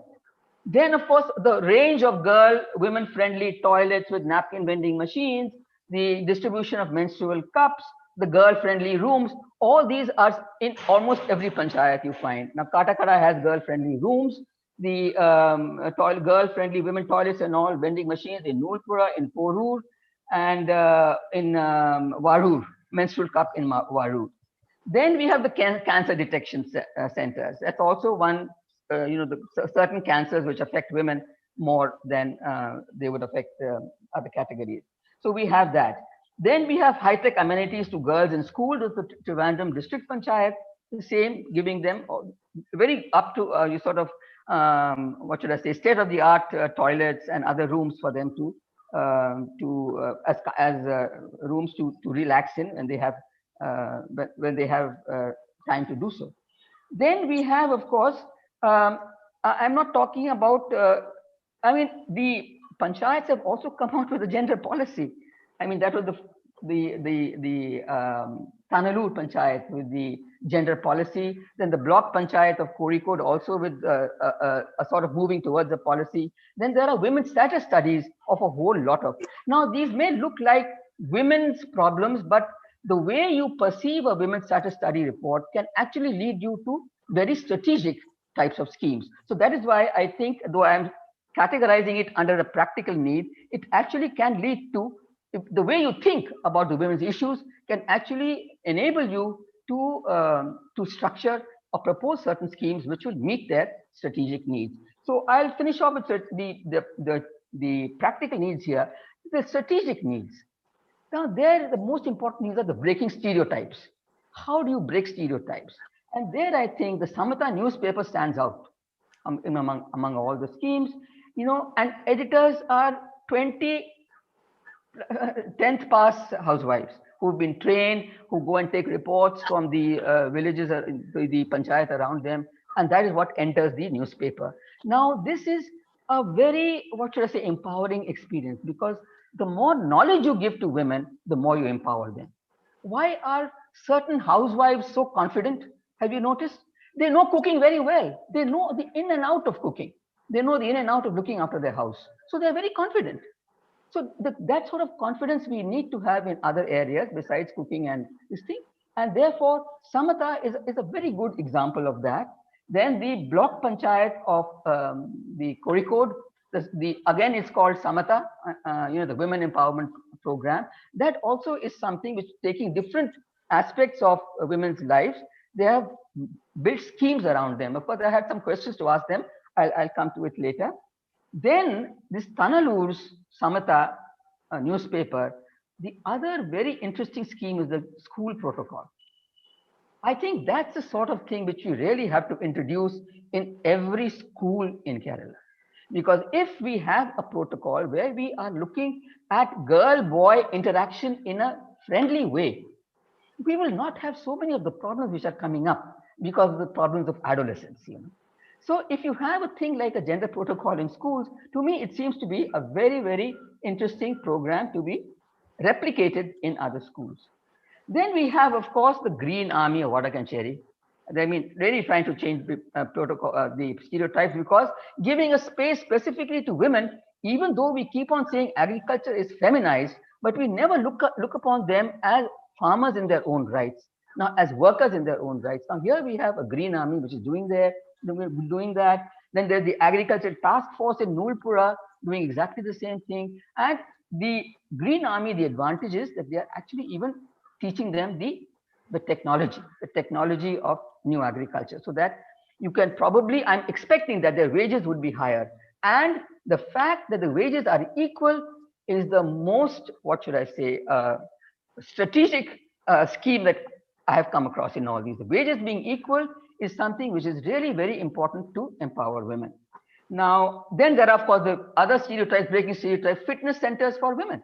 We always used to have fitness centers for men, but now we see lots of them coming up for women. So these have come up in, again, Nulpura, in Porur, in, I hope I'm not leaving out because they were almost there everywhere. Yoga training in some places.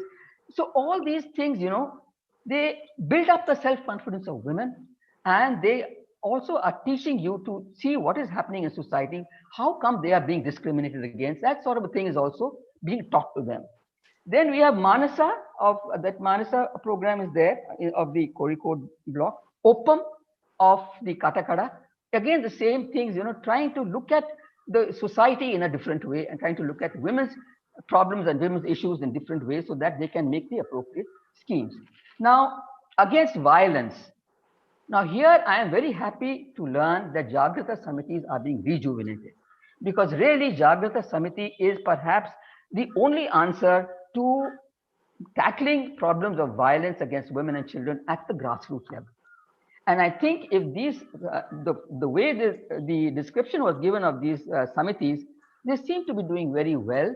And I think that is probably one big reason why in the time of the COVID, for instance, we didn't see such, you know, virulent violence against women as was being reported from other states. There was violence. I mean, Kira itself has done a study. There was violence during the COVID, but not the type of violence which we've been reading about in other states or in other countries. So I have a feeling sometimes these sorts of grassroots committees and all, when they are there, they are easy for us to relate with, and therefore the issues of women's violence can to a large extent be minimized if we really are able to operate our Jagrata Samitis well in. I know I don't have much time. There's Koot against drugs in, I forget which panchayat it was now, but Jagrata Samitis in Varur, in Puvar, in Tanalur, complaint boxes in the Anganwadi centers. Then, of course, the gender resource centers in different places. Again, Porur with the facilitator, then in Varur, in Katakada. So there are all these things which are coming up. I think maybe we'll see the results a little later. But if you are creating an environment which gives women safety and security and the confidence, I think that's what we are really aiming for, and that is what we are trying to achieve. And in that sense, I think every one of these, now there were many schemes of unemployment, not many. I mean, I am really more of an economic empowerment person, so I would have been happier to see more schemes on employment. There were. And Porur, once again, I must say, took a very interesting, innovative way in which to design employment schemes. They invited the state departments who have, you know, programs on employment of women, and then those people could tell them, look, these are the resources available, these are the programs for women, and you can, and they took up programs which are not very the usual type. They took up LED units, biopharmacy supermarket, fashion designing, furniture making units. So that also was the thing which was done in a very, very interesting way. Then we have skill development in Kozhikode Block Panchayat, but what are they doing with the skills? We couldn't quite get from the presentation. Puvar has the self-help group micro enterprises, because in the fishing belt, it is very important for women to have some sort of employment.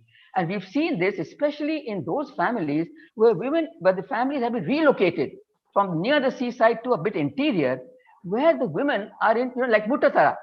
Very nice housing complex has been made for them, but the women have no work. So it's very important that we pay attention to these sorts of very specific issues in specific panchayat, which can even further improve the situation and improve or take us nearer to the goal of empowerment. Now, I just raise one or two questions. I mean, I know I'm running out of my time. You see, when the question which comes to my mind in a very natural way, when I see such important, innovative, region-specific programs, I wonder how come we are not able to spend the 10%? That's one question which comes to my mind. how come we are not able to, if you look at the data even now, the expenditure is less than 10% of the development outlay. So how is that happening? If any panchayat can tell me what are the problems. Now, one problem, it seems to me, like I was just saying, in a panchayat front office, you put one cradle. Okay. Now, is there enough money to reach out to all beneficiaries of a particular scheme in a panchayat? Or is the money which a panchayat gets as part of its developmental outlay, the 10%, is it not sufficient? But if it is not sufficient, then why not be spending even the 10%? So these are the sorts of questions which come to my mind. Why is it that we are not spending 10%? If we did, will we overrun the 10% if we try to meet the needs of every beneficiary for every scheme that we have mentioned here, whether it's girl-friendly toilets, whether it's this Pratik Shalayam. Supposing we had many more that are needed, is that the situation that we need many more? If that is the situation, then we should know that. Look, we don't have enough money for this. If we can do just 3.5, but we can't do 4 or 5. So that is one thing which came to my mind. Second thing was, I think we must also look at other sectors where women are. Definitely, women are there in every sector. We must look at sectors other than Vanita Vikasanam. And the Vanita Vikasanam working group should actually also see what are the other schemes they can probably suggest, which will be touching upon other sectors. Maybe they can contribute something, the other sector can contribute something, and it can be a much more improved women's scheme. So let me once again congratulate, and I'm just waiting for the COVID protocol to be over to visit all these 9 panchayats, and that's what I'm really waiting to do. And I would like to express my appreciation of the very innovative ways they have thought of things. But remember, it's a political issue also. We have to fight to get our rights of equality. So that struggle, in little ways, we are trying to do it. Equal wages, okay, a green army, self-defense of Trivandrum district panchayat, the Suraksha. And of course, all the help that they are giving to transgenders. There are other municipalities and panchayats also providing for transgenders. But in today's presentation, we have Trivandrum Gram Panchayat housing in the first year, and now they're also giving self-employment and training. So I once again thank all the presenters for all that they have done, and I think that they should look upon it as steps, but the steps which should come closer and closer to the goal of women empowerment. Thank you so much, Kila and Gift and Harita Kerala Mission for inviting me, and for this very interesting webinar. I've been attending almost all the others also, and I think that this was a very good initiative on your part. Thank you so much. Thank you, Professor Epen, for that, I must say, very analytically rich reflection, which made my life more difficult. I think I am expected to translate, but I will be a poor translator. The point is that, for the benefit of our local self-government representatives who will be needing a translation, I will try to, I don't know whether I should venture into that. Professor Epen, ആദ്യമായി പറഞ്ഞത് നിങ്ങളുടെ നൂതനത്വത്തിൽ ഊന്നിയുള്ള പ്രാദേശിക പ്രശ്നങ്ങളെ മനസ്സിലാക്കിയുള്ള സാഹചര്യം മനസ്സിലാക്കിയുള്ള എല്ലാ ഇടപെടലുകളെയും madam മുക്താണ്ണം പ്രശംസിക്കുകയാണ്. ആദ്യമായിട്ട് madam പറഞ്ഞു മറ്റ് കേരളം ഈ കാര്യങ്ങളിൽ ഒത്തിരി ഇന്ത്യ അപേക്ഷിച്ചും മറ്റും മുമ്പിലായിരുന്നു. നമ്മുടെ പഞ്ചായത്ത് ഡെവലപ്മെന്റ് റിപ്പോർട്ട് പ്രിപ്പയർ ചെയ്തപ്പോൾ തന്നെ അന്ന് തന്നെ 1996 തന്നെ ഈ വിമൻ, അതായത് സ്ത്രീ ശാക്തീകരണത്തിന് വലിയ പ്രാധാന്യം കൊടുക്കുന്ന സംസ്ഥാനമാണ് നമ്മൾ. സ്ത്രീ ശാക്തീകരണം എന്താണ് എന്നുള്ള ഒരു വീക്ഷണത്തിൽ നിന്നാണ് മാഡത്തിന്റെ ചർച്ച തുടങ്ങിയത്. അപ്പൊ നിങ്ങൾ നടത്തിയ അതായത് സർവതോന്മുഖമായ സ്ത്രീ ശാക്തീകരണം എന്ന് പറഞ്ഞാൽ എല്ലാ മേഖലകളിലും വിമന്റെ ശാക്തീകരണമാണ് മാഡം നിങ്ങൾ ഉദ്ദേശിക്കുക. അത് ദാറ്റ് വിൽ ബി ഇൻവോൾവിങ് എല്ലാ കാര്യങ്ങളിലും കുടുംബത്തിനകത്തും പുറത്തും തീരുമാനങ്ങൾ എടുക്കുന്നതിനുള്ള സ്വാതന്ത്ര്യം, പിന്നെ സാമൂഹികമായിട്ടുള്ള ഡിവിഷൻ ഓഫ് ലേബർ, ഇതെല്ലാ തലത്തിലുമുള്ള ഒരു ടോട്ടൽ എംപവർമെന്റ് ആണ് മാഡം ഇത് ഉദ്ദേശിക്കുന്നത്. അപ്പൊ നിങ്ങൾ നടത്തിയ ആക്ടിവിറ്റികളെ 2 രീതിയിൽ മാഡം കണ്ടു. ഒന്ന്, ഒരു short term, I would like she use the word practical or other short term ആയിട്ടുള്ള റിസൾട്ട് ഉണ്ടാകുന്നത്.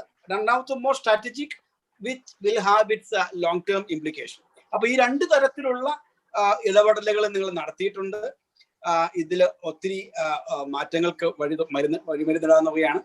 2 ചോദ്യങ്ങളാണ് മാഡം ചോദിച്ചത്. ഒന്ന്, ഇങ്ങനെയൊക്കെ ആണെങ്കിലും ഈ 10% പോലും പലയിടത്തും സ്പെൻഡ് ചെയ്ത് ചിലവാക്കി കണ്ടില്ല. അതിനെപ്പറ്റി നിങ്ങൾക്ക് എന്താണ് പറയാനുള്ളത്? രണ്ടാമത്തത്, other sectors, I personally I think that madam what she meant is the linkage with other actors involved എന്നാണെന്ന് എനിക്ക് തോന്നുന്നത്. മറ്റുള്ളവരുമായിട്ടുള്ള ഇന്ററാക്ഷൻ, അതാണ് ഉദ്ദേശിച്ചതെന്ന് തോന്നുന്നു. ഈ 2 ചോദ്യമാണ്. Professor Eapen, your second question, if you can say in Malayalam, I'll appreciate. Hello, if you can. Hello. Yeah, I hear you. I hear you. Second question. You are talking about other sectors means, because you see, സ്ത്രീകൾ എല്ലാ സെക്ടേഴ്സിലും ഉണ്ട്. നമുക്കറിയാം, കൃഷി, വ്യവസായം, tourism, health, education. അപ്പോൾ ഒരു കാര്യമുണ്ട്, നമുക്ക് ചിലപ്പോൾ ആ സെക്ടേഴ്സിൽ 100% വിമൻ സ്കീംസ് കാണും. ഓക്കെ, ഇത് നമുക്ക് ഐ എം അസ്യൂമിങ് പഞ്ചായത്ത് ഒക്കെ ഇതുപോലത്തെ 100% സ്കീംസ് ഇതിൽ ഉൾപ്പെടുന്നുണ്ട്. ഈ 10%. അത് എനിക്ക് ക്ലാരിഫൈ ചെയ്ത് തരണം. ബാക്കി സെക്ടേഴ്സിന്റെ 100% സ്കീംസ് ഇതിൽ വരുന്നുണ്ടോ? രണ്ടാമത്തെ, ബാക്കി സെക്ടേഴ്സിലെ ഈ എഡ്യൂക്കേഷനിലെ പെൺകുട്ടികളുണ്ട്, ആൺകുട്ടികളുണ്ട്, നമുക്കറിയാം. ഇതിലെ കുറച്ച് നമുക്ക് ഈ ഒരു പഞ്ചായത്ത് ഇതിലെ പൈസ വെച്ചാലും അതിൽ തീർച്ചയായിട്ടും some money will flow to girls because of 49% are girls, 51% are boys in the higher classes, in the lower classes. In the somewhat higher classes it becomes 52 and 48. ആ രീതിയിൽ നമുക്ക് കുറച്ചൊക്കെ ഡേറ്റ ഉണ്ട്. പിന്നെ എല്ലാ സ്കീമിലെ പഞ്ചായത്തിന്റെ കയ്യിൽ ഡേറ്റ ഉണ്ട്. അവരുടെ പൈസ അല്ലേ കൊടുക്കുന്നത്, ആർക്ക് പോകുന്നത് അവർക്ക് അറിയാം. Just as at the state level, we know that the departments have the data. അവർക്ക് ഡേറ്റ ഉണ്ട് എല്ലാ സ്കീമിലും, സ്ത്രീകളും പെൺകുട്ടികളും. ഞാനിപ്പോ actually I am talking only of girls and boys. I know അത് ശരിയല്ല, ഇപ്പൊ നമുക്ക് ട്രാൻസ്ജെൻഡേഴ്സ് ഉണ്ട്. പക്ഷെ ഇപ്പൊ നമ്മൾ വിമൻ എംപവർമെന്റിനെ പറ്റി അത് because this is the most serious inequality. ഈ മെയിൽ ഫീമെയിൽ ആണ് ഏറ്റവും വലിയ ഇൻഇക്വാലിറ്റി. അതിനാണ് I am concentrating on women. So what I am saying is, അങ്ങനത്തേക്ക് നമുക്ക് പൈസ ഈ സ്ത്രീകൾക്ക് ഇപ്പം 100% ഇപ്പോഴും നമുക്ക് ചിലപ്പോൾ സ്കീം ഉണ്ടാക്കാൻ പറ്റില്ല. നമുക്ക് കുറച്ചൊക്കെ ഈ ബാക്കി ഡിപ്പാർട്ട്മെന്റ്സ് ഉള്ള ആ പൈസ നമുക്ക് how to estimate how much is going to women from the other schemes, അത് നമുക്ക് ചെയ്യാനൊന്ന് ശ്രമിക്കണം. രണ്ടാമത്തെ നമുക്ക് പൈസ ഉണ്ട്, ഓക്കെ, 10% ഉണ്ട്. Supposing I combine with industry department and say, look, we'll do this. I'll give them so much, you give so much. അതുപോലെ നമുക്ക് ചെയ്യാം. അത് നമുക്ക് 100% women scheme ആക്കാം വേണമെങ്കിലേ. So ഇതുപോലെ നമുക്ക് schemes ആയിട്ട് കുറച്ചുകൂടി we have to play around so that we can spend more and do more for the women. Okay, thank you. I think your Malayalam is better than mine. Thank you. Yeah, I think. May I now request Professor K. Ramakrishnan to make his observations and remarks. Professor Ramakrishnan.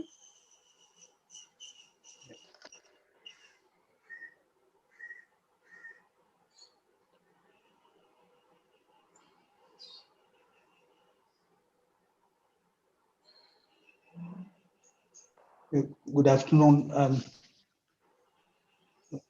മലയാളത്തിലാണോ ഇംഗ്ലീഷിലാണോ?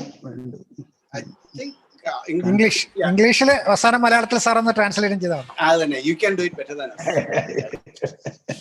ഇംഗ്ലീഷിൽ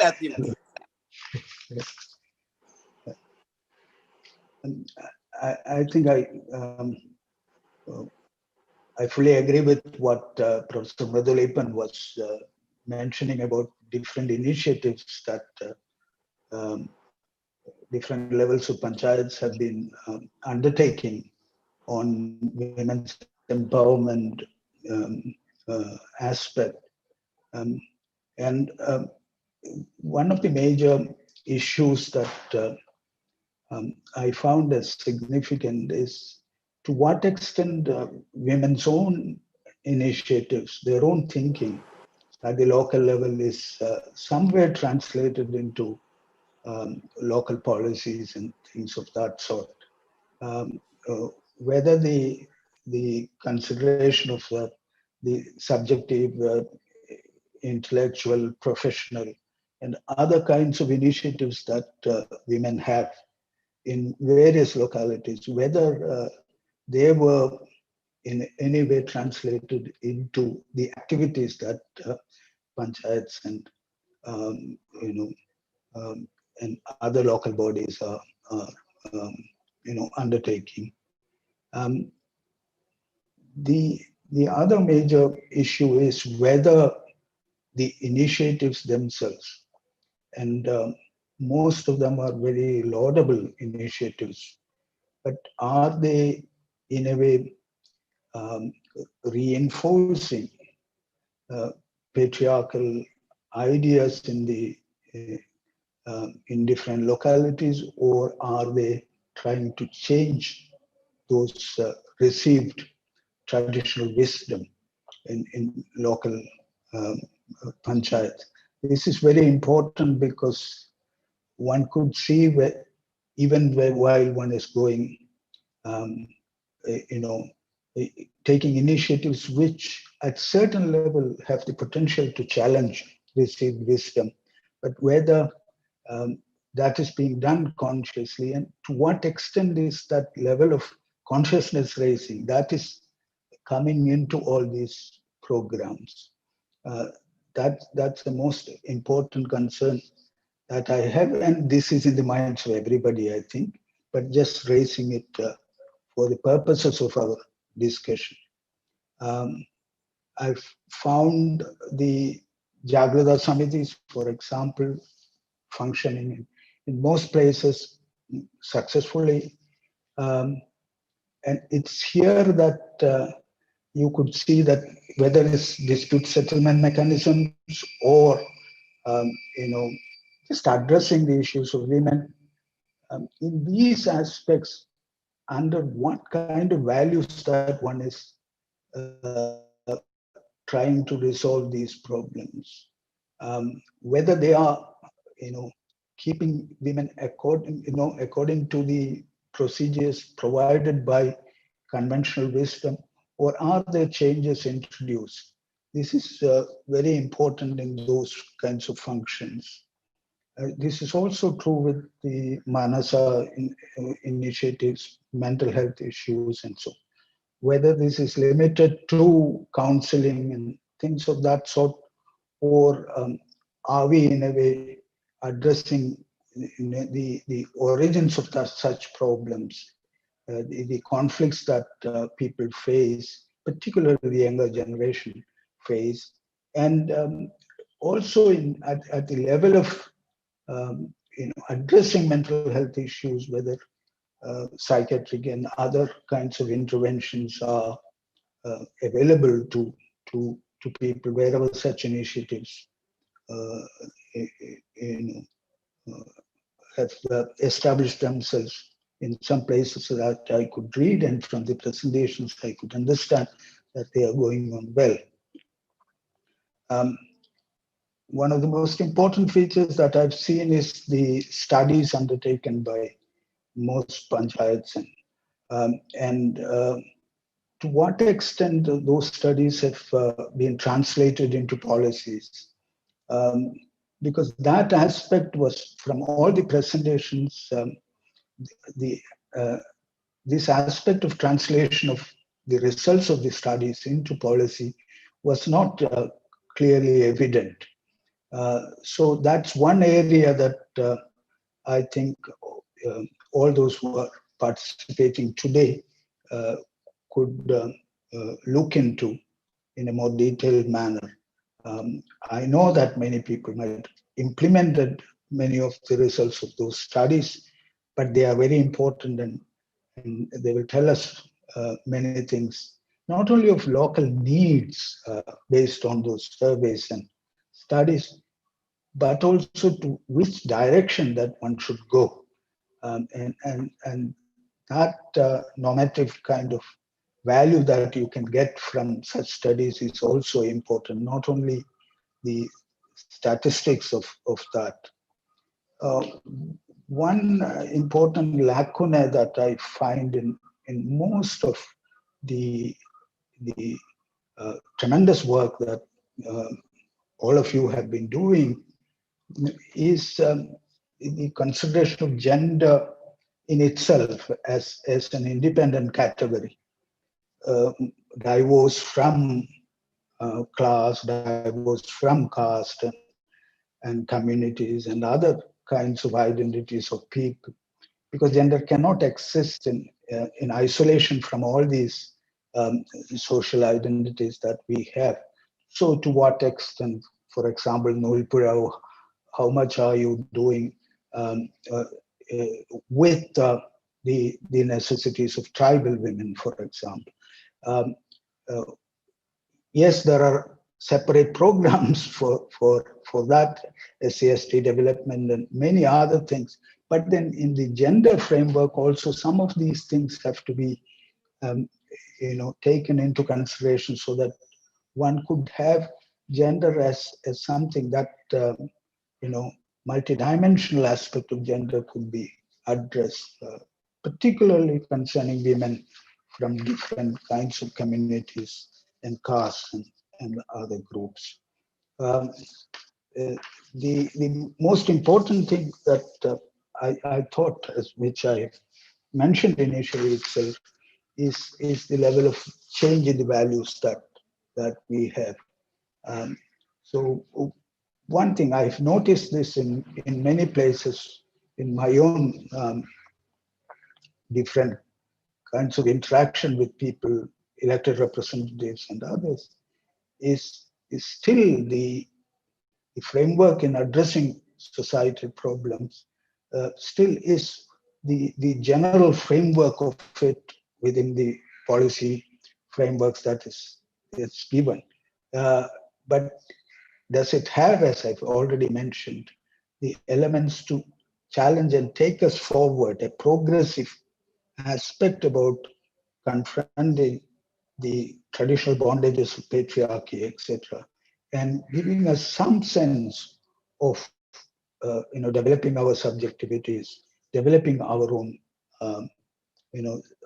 worth and dignity. This is very important for women, particularly for women from oppressed communities. So I think that these are general kind of points which, at the same time appreciating whatever being done, are critical issues that we can think about in formulating further programs in the local government initiatives. I won't go into specific achievements of each panchayat, etc. I've gone through these 9 presentations and the notes that were given to me. I've read them very carefully, and the only thing I can say is that I appreciate them from my heart. As was mentioned by Dr. Muraleedharan, some of those initiatives in the agricultural sector, the Green Army, Women's Agricultural Task Force, Vadakanjeri and Nulpura, the newspaper initiative of Tanalur, some kind of integrated gender resource center by the Parur Panchayat, that coordinated activity, the Sakhi initiative of Warur, the coastal specific measures taken by Puwa, and I'm not talking about the district panchayats and others. So some of these are important initiatives, and I appreciate that work. We can have a discussion and thinking about these aspects in due course. Thank you very much. Would you mind, hello, Professor Ramakrishnan, whether you have any specific questions you may like to raise it in Malayalam? I'd appreciate it. Okay. Specific questions addressed to particular panchayat? Yeah, no, generally, or specifically. Yeah.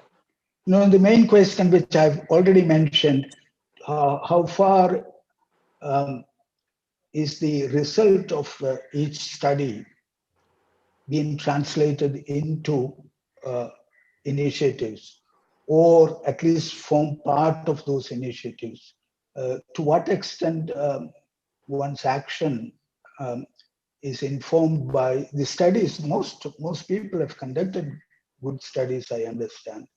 So the level of appreciation of the results of that study in policy formulation and implementation at this level, that's one question. That's a general kind of thing. The other one which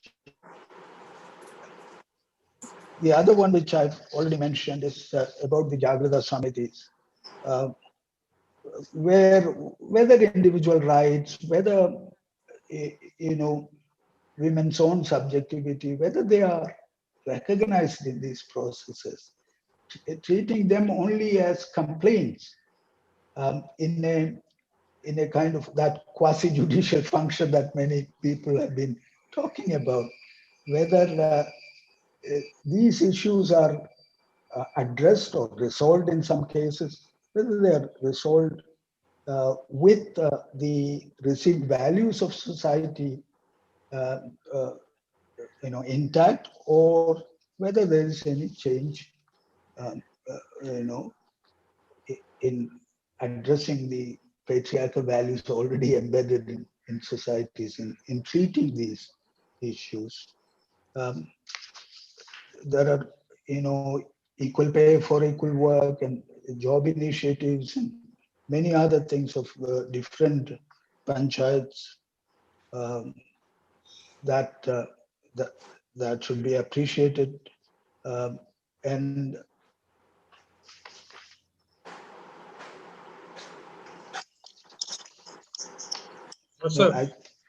yeah, please. രണ്ട് ചോദ്യങ്ങളുണ്ട്. യഥാർത്ഥത്തിൽ ഒന്ന് മുതൽ ചോദിച്ചു കഴിഞ്ഞത് നമ്മുടെ വനിതാ ഘടക പദ്ധതിയിൽ ആരും മെൻഷൻ ചെയ്ത് കേട്ടില്ല. എത്ര ശതമാനം പണം ചെലവഴിക്കുന്നു, പൂർണ്ണമായിട്ട് ചെലവഴിക്കുന്നില്ലെങ്കിൽ അതിന്റെ കാരണം എന്താണ്? ഇതാണ് മൃദുൽ ചോദിച്ച ചോദ്യം. സോ സെക്കൻഡ് ക്വസ്റ്റ്യൻ ഈസ്, സാധാരണ തദ്ദേശ ഭരണ സ്ഥാപനങ്ങളും സ്ത്രീ ശാക്തീകരണവും സംബന്ധിച്ച് ഒരു ചർച്ചയുണ്ടാകുമ്പോൾ ഏറ്റവും അധികം പരാമർശിക്കപ്പെടുന്ന പേര് കുടുംബശ്രീയാണ്. എന്നാൽ നിങ്ങളുടെ അവതരണങ്ങളിൽ ഒന്നിലും കുടുംബശ്രീ പരാമർശ വിഷയമില്ല. എന്തുകൊണ്ടാണത്? എന്താണത്? ആ അനുഭവങ്ങൾ ഇപ്പൊ ഏതിലെടുത്താലും കുടുംബശ്രീ ബന്ധപ്പെട്ട് വരുന്നതാണ് പലതും. എന്തുകൊണ്ട് കുടുംബശ്രീയെ കുറിച്ചുള്ള പരാമർശം അവതരണങ്ങളിൽ ഉണ്ടായിരുന്നു? I have raised two questions. One is very similar to what Mridul had raised.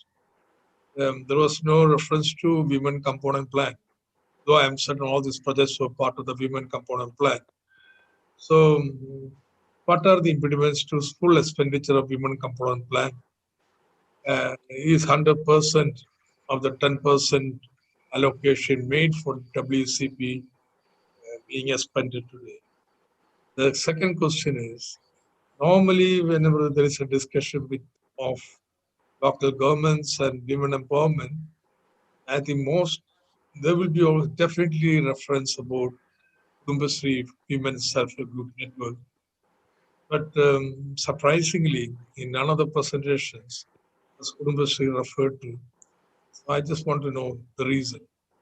രണ്ടാമത് പറഞ്ഞതിനെ കുറിച്ച് കേൾക്കണമെന്നുണ്ട്. ആദ്യം പറഞ്ഞതിനെ കുറിച്ച് എനിക്ക് കണക്ക് നോക്കിയാൽ മനസ്സിലാവും. ഈ രണ്ടാമത് പറഞ്ഞത് എന്താണെന്ന് എനിക്ക് അറിയണം താല്പര്യമുണ്ട്. നിശ്ചയമായിട്ടും അതുകൂടി പ്രതികരിക്കുമെന്ന് കരുതുന്നു. Mashe, yeah, I think these questions shall be shall we go to Dr. Vanita Mukherjee? After that, we'll take up this question, I suppose. I hope what the issue Why has are they been... speaking? I didn't know. No, Vanita is there. Vanita is there. Sorry. Yeah. We'll take up this. I think. Shall we now move to Dr. Vanita Nayak Mukherjee?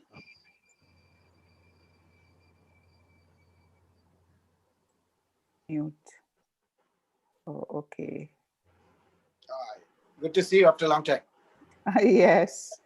Good to see you too. Vanita, you look tremendous, yeah. Thank you. I hope I speak tremendous. Okay, thank you, Dr. Joseph. And I think it was an amazing set of presentations, and my hearty congratulations for all the very impressive strides that the panchayats present here have achieved in their very long journey for gender equality in Kerala. For me, it's also a very rare privilege to be in this panel and with this very august body of panchayat presidents from the Gram, Block and District Panchayats of Kerala. I always recall the year 1996 when I was based in Trivandrum and where the current Finance Minister, Dr. Thomas Isaac, inaugurated the People's Plan campaign. History was created then, and I think it was such a hopeful, proud moment for all of us, especially for me, because, you know, that is something that one was really seeing after such a long time in terms of democracy at the grassroots. So to see the progress has been nothing short of inspiring. For me, it's also a pleasure to be here with ex-comrades and compatriots like from my activist days in Kerala, Dr. T.N. Seema, with whom long ago I co-authored a paper on gender in panchayats and the women's component plan with Dr. Joy and others whom I have worked with in KSSP and collaborated later in Delhi with co-panelists like Dr. Mridul Eapen, who has been a valued colleague and friends, and other friends who are attending, and I think Eliama from Sakhi. So it was a very encouraging moment of affirmation for me about Kerala. I mean, everyone says I have a huge bias towards Kerala, but I think it's a state that needs a kind of a positive bias compared to the rest of India. And I think what distinguishes for me Kerala from the rest of India, because, you know, among many other things is its commitment to redistributive justice. And I see the panchayats from 1996 onwards, there have been the spaces and location, rather the vehicles, where this redistributive justice and social justice happens. So I see all the efforts of the panchayats that we heard today as a part of this larger agenda towards work on women's empowerment at the local level and to advance this social justice and redistributive justice agenda to create a more equal society. And part of this is that women should be treated. I think the values on which these are based are that women should be treated with dignity and respect by those in public power. We also heard excellent examples of gender interventions, and like Isaac, I was missing the pieces on Kudumbashree, but I think Sarada Muraleedharan dwelt quite a bit on Kudumbashree. That was very, very informative. Now, what I would like to do here is to locate the work presented on women's empowerment in a very broad framework of social and gender justice, so that we can understand or begin to understand. I mean, I have to be very humble here. I know all the hard work that goes on the ground, and to see how the various interventions, these actions and programs, you know, pan out, and to what extent do they meet the goals of gender equality, equity, and thereby genuine women's empowerment. You know, this word women's empowerment is the most abused and used word. So it has several meanings, and, you know, it can be sort of sometimes shone of all its political power, its rice-based approach, to something very instrumental and mechanical. So I think it's very important to understand the whole thing, the project for gender equality is political, and that women's identities are intersectional along caste, along tribes, religion, and other identities. And these have to be seen intersectionally and not in silos. So what I'd also like to do is to approach this with some conceptual clarity in terms of what we mean by gender equality and equity. It is not something that, you know, I want to sort of quote unquote educate, because I'm sure everyone here is aware of it. But for me, I think understanding that in its real meaning is something that would help you provide a yardstick to understand to what extent are the programs that were presented here where the goals of gender equality were met, or would they need to be improved, where, tweaked, how, and reworked to achieve gender justice. So, you know, I think the whole idea of gender equality and equity is that men, women, and transgenders, though they are born equal as human beings, they do not enjoy equal status and privileges. So for every program, every action, every intervention, every scheme, if it has to pass the test of gender equality, I think we need to really think about the two concepts of equality, which is a formal equality where the state frames laws, policies, which Kerala has in abundance, I think very advanced and progressive. But does it have equal impact on everyone? Does it provide equal opportunity to all, men, women, and transgenders is the question. So having this formal equality, having these wonderful laws, does not automatically translate into gender equality for women, and there are genuine barriers. I think women and transgender face specific barriers due to their identity and their intersectional identities of class, caste, age, ethnicity, etc. So due to these barriers that are very structural, that are very systemic and institutional, gender equality is about ensuring equal opportunity by removing these barriers. So that is the whole idea, that if you want to reach gender equality, there should not only be formal equality, but also substantive equality, where all the disadvantages that women face at the intersections of their other identities are actually addressed. And I think gender division of labor, and I would distinguish here between gender division of labor and social division of labor. So in one case, it's about how work is allocated between men and women, how it is evaluated, you know, in the same way as social division of labor. In North India, you see caste-based occupations and how they're allocated and evaluated according to your caste. So going forward, I also like the idea which Mridul, which Sarada, and I would also like to use. I think it's a very, very useful concept, and that is the practical gender needs, which is the short-term needs of women, and strategic gender interests. I won't call it need, because it's not just a need, it is something very strategic in the long term. It's about transformation and change. So there were many, many examples that came forward from the panchayats, but does it alter women's roles and responsibility and burdens of care work? And does it also lead to equal responsibilities on men and women? So let's examine the practical gender need. So Mridul gave an example of fetching water. I agree that, you know, it is about making it very convenient, since anyway it is the job of women to do this. You know, they have this role, a very gender stereotyped role of doing all the household work and care work. It does save their time. But where is the transformation where the burdens of care work are shared equally within the household? Having water nearby doesn't change that. That remains unchanged. It only makes it convenient. I think the real strategic gender interest is when the burdens of care work are shared equally within the household, allowing women to be equal partners in the public sphere. Many women cannot participate. I mean, look at the work participation of women all over India. A huge reason is because of care work and the gender division of labor beyond care work, where jobs are so stereotyped and not available to women. There are many barriers. You know, some people talk of the glass ceiling, but there is a ceiling on the floor, you know, the slippery floor, where women just can't enter any of these production units because it's seen as, you know, only man's job, very muscular job.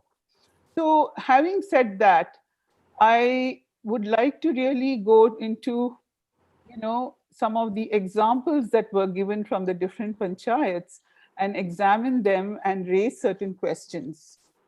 So in the, I think every panchayat had very fascinating examples of practical gender needs. You know, right from the thing about safe birth, for me, it's not just, and I agree that it is not just a practical gender need, it's also strategic because it's about reproductive rights of women. You know, it is a right, including the napkin vending machines, which is a practical gender need, and the fitness and karate, it is both. It is both because it serves a practical purpose, but I would really want to ask the question that, you know, you have created all these most wonderful, impressive spaces for women to come and exercise, to do yoga. It's a very dedicated space for women, but does it convert itself into a gender solidarity space? Beyond yoga, beyond karate, what are some of the activities in those spaces that are, you know, available and are so dedicated? The other example for me, I mean, for me, two examples really stand out in terms of its enormous gender transformative potential. And I would really like to single out the Vadakancheri Green Army. I was absolutely fascinated by that case study. I mean, here are women who are not only forming their own cooperatives, and we saw they have this uniform like a real army with grass and all that. That was also a kind of an added charm to it. But, you know, they are actually busting the gender stereotypes of work. Climbing coconut palms, only men did it before. Today, women are doing it thanks to the mechanization, but they're doing it.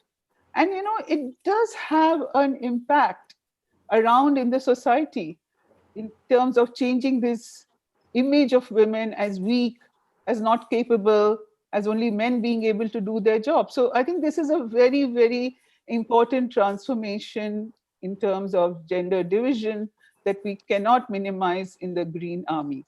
The second fascinating thing about them was about, you know, the equal value for equal work. And that is another path-breaking thing because there are I mean, I have yet to come across examples in the rest of India where this has happened.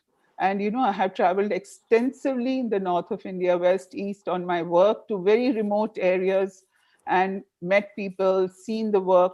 And I have never come across, except, I mean, the only exception may be during Manrega in the northern states, women's wages increased, but they were never equal to men, never.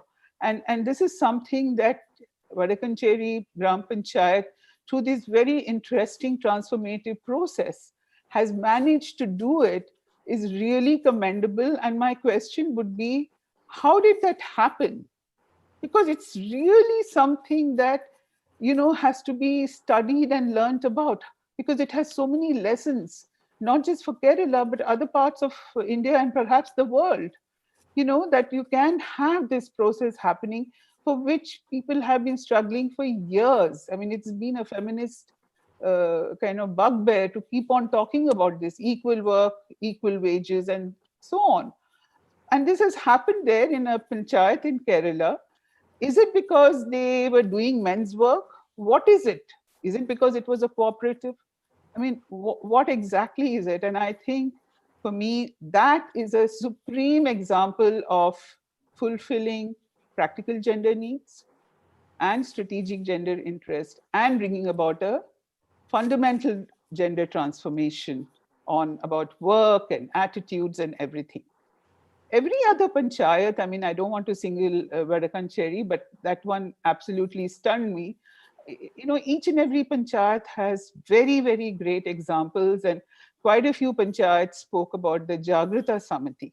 And that is another thing I remember very well in 1997 when Jagrata Samiti was introduced under the National Commission for Women. And it was like something that you just couldn't believe, because so far the issue of violence of women was very, you know, ghettoized to be a feminist groups and women's rights groups agenda. It was never a state agenda, you know, except to pass laws. And here you have this institutional mechanism in Jagrata Samitis all over Kerala, in every panchayat. There is a mechanism to address it. And it's very fascinating that in some panchayats, it's very multi-sectoral, it is very intersectional. You have police, you have the doctors, you have, you know, I mean, it's a very interesting model. And I think different panchayats have different models, but I feel that is another extraordinarily important gender transformative initiative towards gender justice and equality. And some of the lessons that one can learn in terms of what are the best practices. Is there some, you know, every context is different, but is there a certain model or a plan that, you know, one could surface from the different experiences and see it as something that has the most transformative potential? And lastly, what does it see? The thing is that this is seen as an alternative dispute resolution mechanism, you know, and it's very popular because even the caste panchayats do this in North India. The Khap panchayats do it, but it's so gender unfriendly. It is so gender oppressive. But those are the only ways locally available. And here you have a state mechanism. It has all the right values, the right people there, the funds. I wish the WCP funds would go more for it to enhance it and strengthen it. What exactly does it do at the community level? Apart from solving those disputes, addressing violence, does it actually begin to alter the attitudes towards women? Do those families, do those places, wherever there's violence within the family, is there any follow-up, any transformational change? I think these are questions, and forget, you know, panchayats are what is the most, for me, most precious thing about the panchayats is that beyond the household, there's a whole community, there's a system. So bringing about a transformative change, if it is taken on a campaign mode against violence, and, you know, for men to take an oath, I mean, so many oaths are taken, pledge that I am going to respect women outside my home, inside my home. And I think that again has an amazingly transformative potential. There are several examples, and I'm sorry, I don't know what my time is, but, you know, it's not possible to go. But yes, I also love that Samata. I love the gender resource, the gender study. And I agree that all these processes of having a newspaper, having women journalists, create a very vibrant public sphere. Because at the end of the day, you know, it is so important to dissent, to discuss, to put forward opinions, to challenge some of these strong held old opinions, and to see, and for young women of the panchayats to bring out, you know, this whole newspaper with all kinds of articles can be a very transformative thing. And the same thing, the process. You see, the whole thing is the process itself can be transformative, especially in the gender study report. And I'm so glad that, you know, women's groups like Sakhi and all are also partnering to bring about this fundamental change. I think I should stop here, but I have some questions. And that is in terms of, wait, where are my questions? Yeah. So I have one very big question for the panchayat presidents here. you know, apart from the Pratikshale, of course, I love that big karate classes of 6,000 young girls. But for me, the question arose, you know, it's so important. Again, a practical gender need. Women need to defend themselves. But, you know, having lived in Trivandrum, I remember after dark, the streets are so deserted. You don't find a single woman walking alone on the streets. And you talk to young women, they know how much it has thwarted their opportunities to be part of tuition groups, have the lives that their brothers or other young boys have, the opportunities. So has it resulted? I mean, all this is great, but what is the Trivandrum Panchayat going to do to make roads safe for women throughout the day, 24 hours? Is there any way one could think about that? That would be a strategic gender transformation. Now, during COVID, we have seen that Kerala has really worked very hard for digital inclusion and having lots of women online. And it's almost a necessity now. I mean, it's no more a luxury to have internet. And I think it's one of the states that's really trying its best to do that. So, you know, one is hearing a lot about cyber crimes. So I think it's time to begin to think about how can we address cyber crimes, because this is another very important issue for gender equality. Because if you look at the data, and I was speaking to a police officer in Kerala some time ago, and he said, yes, the largest number of cases are violence against women, trolling, morphing pictures, and the blue teacher army, and even teachers are trolled and all of that. How can that change? I mean, that's a large agenda, but I think this is something to begin at the local level, at the panchayat level. And one of the ways to do it is within schools. How can young boys and girls sit together in schools and within the panchayats, have a discussion on what is it that brings about this violence? Why is it that young boys in Kerala and elsewhere cannot respect women? They respect their mothers and sisters. What about other girls? You know, what about their autonomy, personhood, and all of that, and their integrity as young girls? So bodily integrity, I think these are some of the issues that need to be addressed very creatively by the panchayats. And my question is it possible? The other thing is about two groups in Kerala within the panchayats. One is transgenders, and we heard that Trivandrum has an intervention, and I'm sure there are other panchayats. But people with disability, what kind of gendered inclusions would women with disability need? Because they are very protected. I mean, parents are always overprotective, not allowing them the opportunity to go out on their own out of fear. So I have these questions. Thank you so much for having me here. Thank you very much. I think, thank you very much, Dr. Mukherjee. I think, I'm sorry. I must say, very, it was actually, it looks like you have been responding to international conference, I suppose. This is very analytically sound arguments, conceptual articulation that as Mridul, that made my life difficult, but I'm not competent of translating or conveying a fraction of what you have said. But I just want to maybe flag off the questions which you raised. That may be more possible from my side. Dr. Joy, can you translate the? I'm asking whether the hello. Okay, let me complete. Dr. Mukherjee, നേരത്തെ സംസാരിച്ചവരെ പോലെ തന്നെ നിങ്ങൾ നടത്തിയ എല്ലാ പ്രവർത്തനങ്ങളിലും വളരെയധികം പ്രശംസ അർഹിക്കുന്നു എന്നാണ് പറഞ്ഞത്. പക്ഷെ വളരെ പ്രധാനപ്പെട്ട ഒന്നിന്റെ കാര്യങ്ങൾ അവരെ ചൂണ്ടിക്കാണിക്കുകയുണ്ടായി. ഒന്ന്, ഗ്രീൻ ആർമി കൺസെപ്റ്റ്, അതിനകത്ത് നിന്ന് ഉരുത്തിരിഞ്ഞ തുല്യ ജോലിക്ക് തുല്യ വേതനം എന്ന ഒരു കൺസെപ്റ്റ്, ആ ഒരു സമീപനം കേരളത്തിൽ മാത്രം കണ്ടിട്ടുള്ളതാണ്, വേറെ ഇന്ത്യയിൽ എങ്ങും ഉള്ളതല്ല. അതെങ്ങനെ നിങ്ങൾക്ക് സാധിച്ചു എന്നുള്ളത് ഒന്ന് മനസ്സിലാക്കി തന്നാൽ കൊള്ളാമെന്നുള്ള അതൊരു വലിയ പസിലായിട്ടാണ് തോന്നുന്നത്. എങ്ങനെ സാധിച്ചു?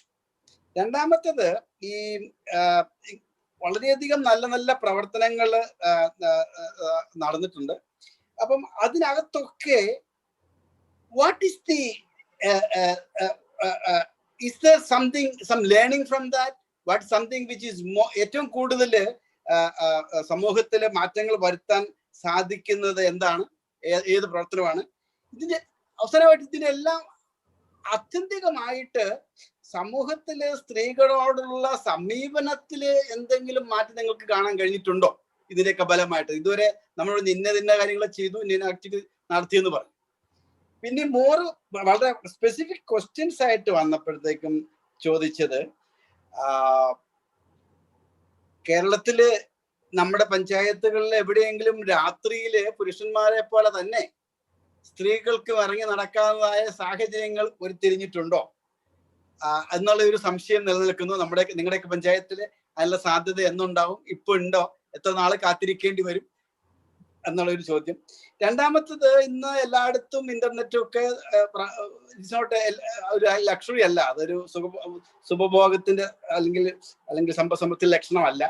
അപ്പം ഈ സൈബർ ക്രൈം നമ്മൾ നടക്കുന്നുണ്ട്, വളരെയധികം വരുന്നുണ്ട്. അതില് ഇരകളാകപ്പെടുന്നത് തീർച്ചയായിട്ടും കൂടുതലും വിമനാണ്.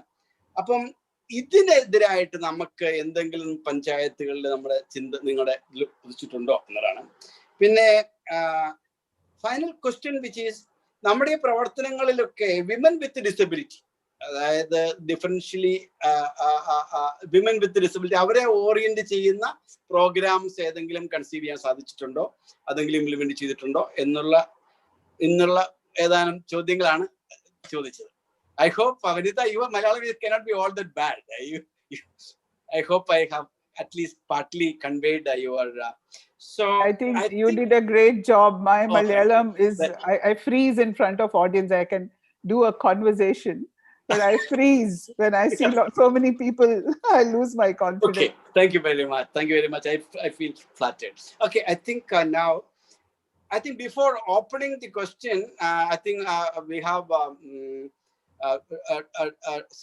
ഈ ചോദ്യങ്ങൾക്കുള്ള മറുപടി അതിന്റെ കൂടെ ഇപ്പൊ നമ്മുടെ finance minister is here. He has already raised some questions. I am very sure he'll have more questions to raise and others also will have questions. So നമുക്ക് ഇപ്പോ തന്നെ ഒരു ക്വിക്ക് റെസ്പോൺസിനുള്ള സമയമുണ്ട്. ഈ ചോദ്യങ്ങൾക്കുള്ള മറുപടി നൂൽപ്പുഴ ഗ്രാമപഞ്ചായത്ത് പ്രസിഡന്റ് ഉണ്ടോ എന്തായാലും ഒന്ന് തുടങ്ങി വെക്കാനായിട്ട്? ഒരു ചോദ്യം, രണ്ട് ചോദ്യം ഈ ചാറ്റ് ബോക്സിൽ വന്നിട്ടുള്ളതിൽ ഒന്ന് ജഗജീവൻ ഉന്നയിച്ചതാണ്. പഞ്ചായത്ത് കമ്മിറ്റിയും കുടുംബശ്രീയുമായിട്ട് എന്തെങ്കിലും പ്രശ്നമുണ്ടോ പിന്നെ എന്നുള്ളതാണ് ഒന്ന്. വേറെ നേരത്തെ ഒരു ചോദ്യം ഇതുപോലെ ഉണ്ടായിരുന്നു. പിന്നെ എന്തായാലും അതൊരെണ്ണം വന്നിട്ടുണ്ട്. ശരി, അതും കൂടെ ഒന്ന് നോക്കാൻ പറയാം. അപ്പൊ ഈ ചോദ്യങ്ങള് നിങ്ങളുടെ പ്രതികരണങ്ങൾക്ക് വേണ്ടിയിട്ട് നിങ്ങൾ ഇരിക്കുകയാണ്. അപ്പം നൂൽപ്പുഴ ഗ്രാമപഞ്ചായത്തിന്റെ പ്രസിഡന്റ് തുടങ്ങി വെക്കാമോ? വളരെ ബ്രീഫ് ആയിരിക്കും, കാരണം we are already getting late. 5 മണിയായി. ഹലോ നൂൽപ്പുഴ. ഹലോ സാറേ, ഞാൻ നൂൽപ്പുഴ സെക്രട്ടറിയാണ്. പ്രസിഡന്റ് ഉണ്ടായിരുന്നു, ഡ്രോപ്പ് ഔട്ട് ആയി തോന്നുന്നുണ്ട്. 2-3 കാര്യം പറയാം സാർ. ഒന്ന്, കുടുംബശ്രീയുടെ പങ്കിനെ പറ്റി നമ്മൾ ബഹുമാനപ്പെട്ട തോമസ് ഐസക് സാറും ചോദിച്ചിട്ടുണ്ടായിരുന്നു. കുടുംബശ്രീയെ പറ്റി പറഞ്ഞില്ല എന്ന് പറഞ്ഞിട്ട്. ഹലോ, കേൾക്കാമോ? കേൾക്കാം.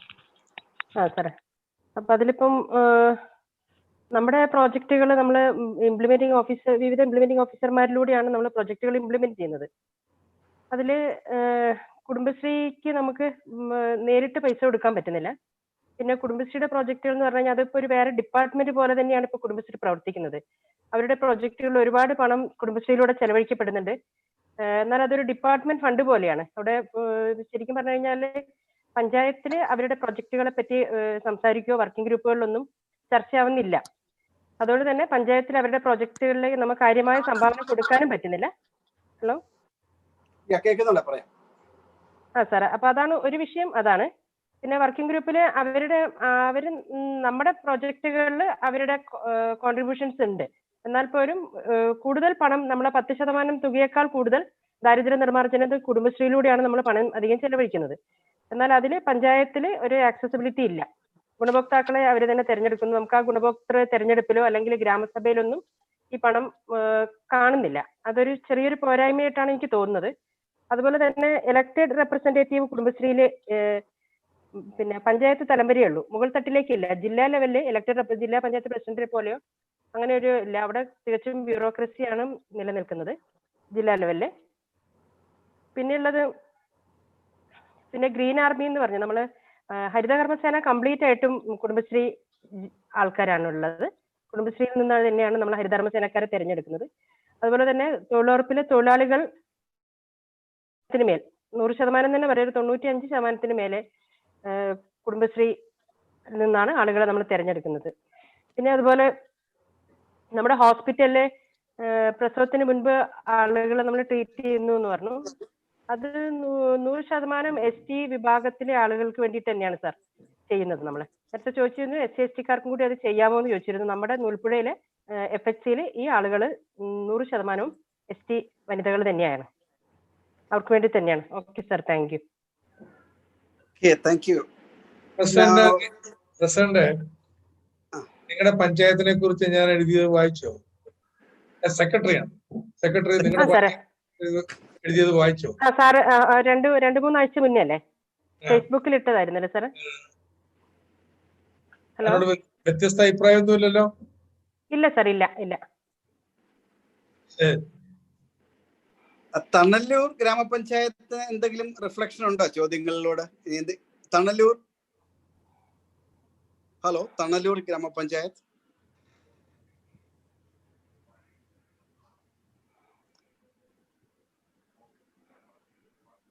തണല്ലൂർ ഗ്രാമപഞ്ചായത്തിന്റെ പ്രസിഡന്റ് അല്ലുണ്ടാ? പ്രസിഡന്റ് അല്ല, വൈസ് പ്രസിഡന്റ് ആണ്.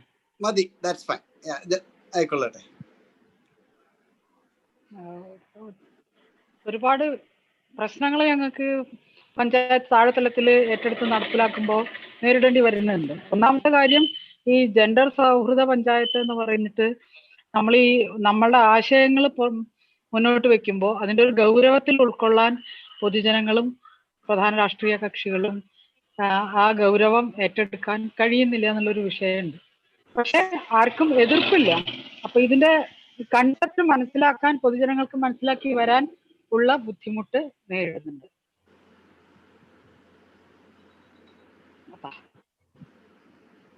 ഹലോ, കണക്ഷൻ പോയോ? ഹലോ, ആ കണക്ഷൻ പോയി. ഹലോ, കുട്ടാ തുടരാം. കുട്ടാ, ഒരു മിനിറ്റ്, എനിക്ക് ആ കണക്ഷൻ കിട്ടില്ല.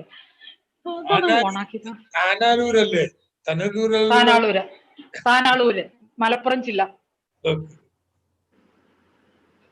സംസാരിക്കേ തീർന്നോ? പിന്നെ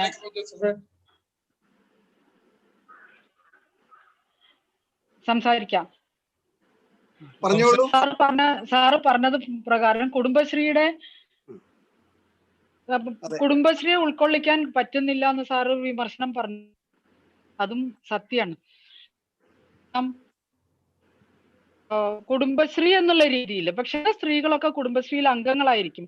കുടുംബശ്രീ എന്ന രീതിയിൽ സംരംഭകത്വ പ്രക്രിയയിലാണ് പങ്കെടുപ്പിക്കാൻ കഴിയുക. പക്ഷെ അത് ഏറ്റെടുക്കാനുള്ള ഒരു അല്പം സ്ത്രീകൾക്കില്ല എന്നുള്ളതാണ് ഇപ്പോഴും. അവരെ മുന്നിലേക്ക് കൊണ്ടുവരിക എന്നുള്ളത് വലിയ സാഹസമായിട്ടാണ് ഞങ്ങൾക്ക് അനുഭവപ്പെടുന്നത്. വളരെ സാവകാശം മാത്രമേ നമ്മൾ ഉദ്ദേശിക്കുന്ന മാറ്റം സമൂഹത്തിൽ ഉണ്ടാക്കാൻ കഴിയുള്ളൂ എന്നുള്ളതാണ് നമ്മുടെ അനുഭവം.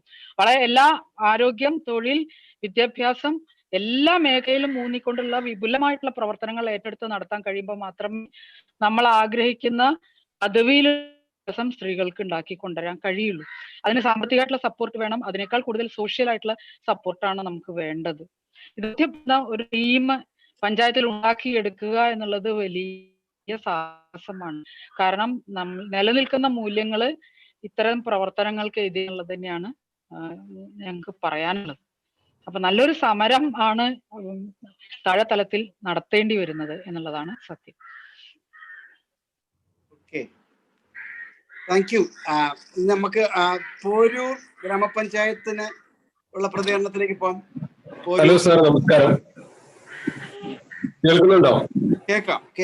ഞാൻ പോരൂർ ഗ്രാമപഞ്ചായത്ത് ക്ഷേമകാര്യ ചെയർമാനാണ്. പോരൂർ ഇവിടെ വളരെ പ്രസക്തമായ 2 കാര്യങ്ങളിലാണ് ഞങ്ങൾക്ക് അഭിപ്രായം പറയാനുള്ളത്. അതിലൊന്ന് കുടുംബശ്രീയുമായി ബന്ധപ്പെട്ട കാര്യമാണ്. മറ്റൊന്ന് സ്ത്രീകളുടെ സ്ട്രാറ്റജിക്കൽ നീഡുമായി ബന്ധപ്പെട്ട പ്രശ്നങ്ങളെ കുറിച്ചാണ് സൂചിപ്പിക്കാനുള്ളത്.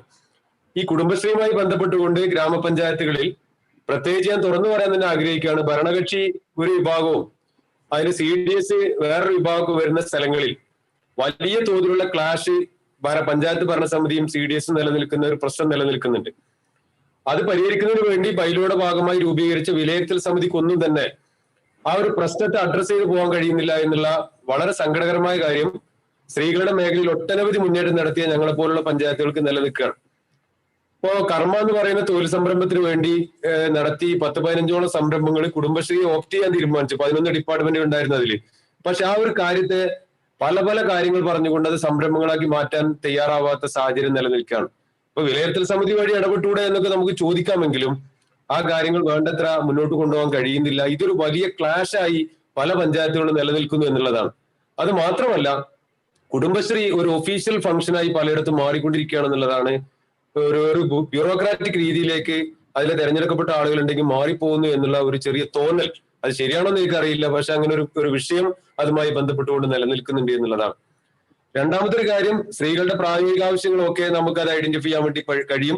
ഇതുപോലുള്ള സെമിനാറുകളിലൊക്കെ സ്ത്രീകളുടെ സ്ട്രാറ്റജിക്കൽ നീഡ്സ് ആണ് എന്നുള്ളതൊക്കെ നമുക്ക് പറയാൻ പറ്റുമെങ്കിലും എന്താണ് അതിന്റെ ഒരു ഭൂമിക അല്ലെങ്കിൽ അതിന്റെ മാട്രിക്സ് എന്താണ്, ഇന്ന കാര്യങ്ങൾ ചെയ്താലാണ് അതിന്റെ സ്ട്രാറ്റജിക്കൽ നീഡ്സ് നിങ്ങൾ പരിഹരിക്കപ്പെടുന്നത് എന്നുള്ളത് കൃത്യമായി സ്പെസിഫിക് ആയി പറയാൻ പറ്റുന്ന ഒരു സാഹചര്യം നിലനിൽക്കുന്നുണ്ടോ?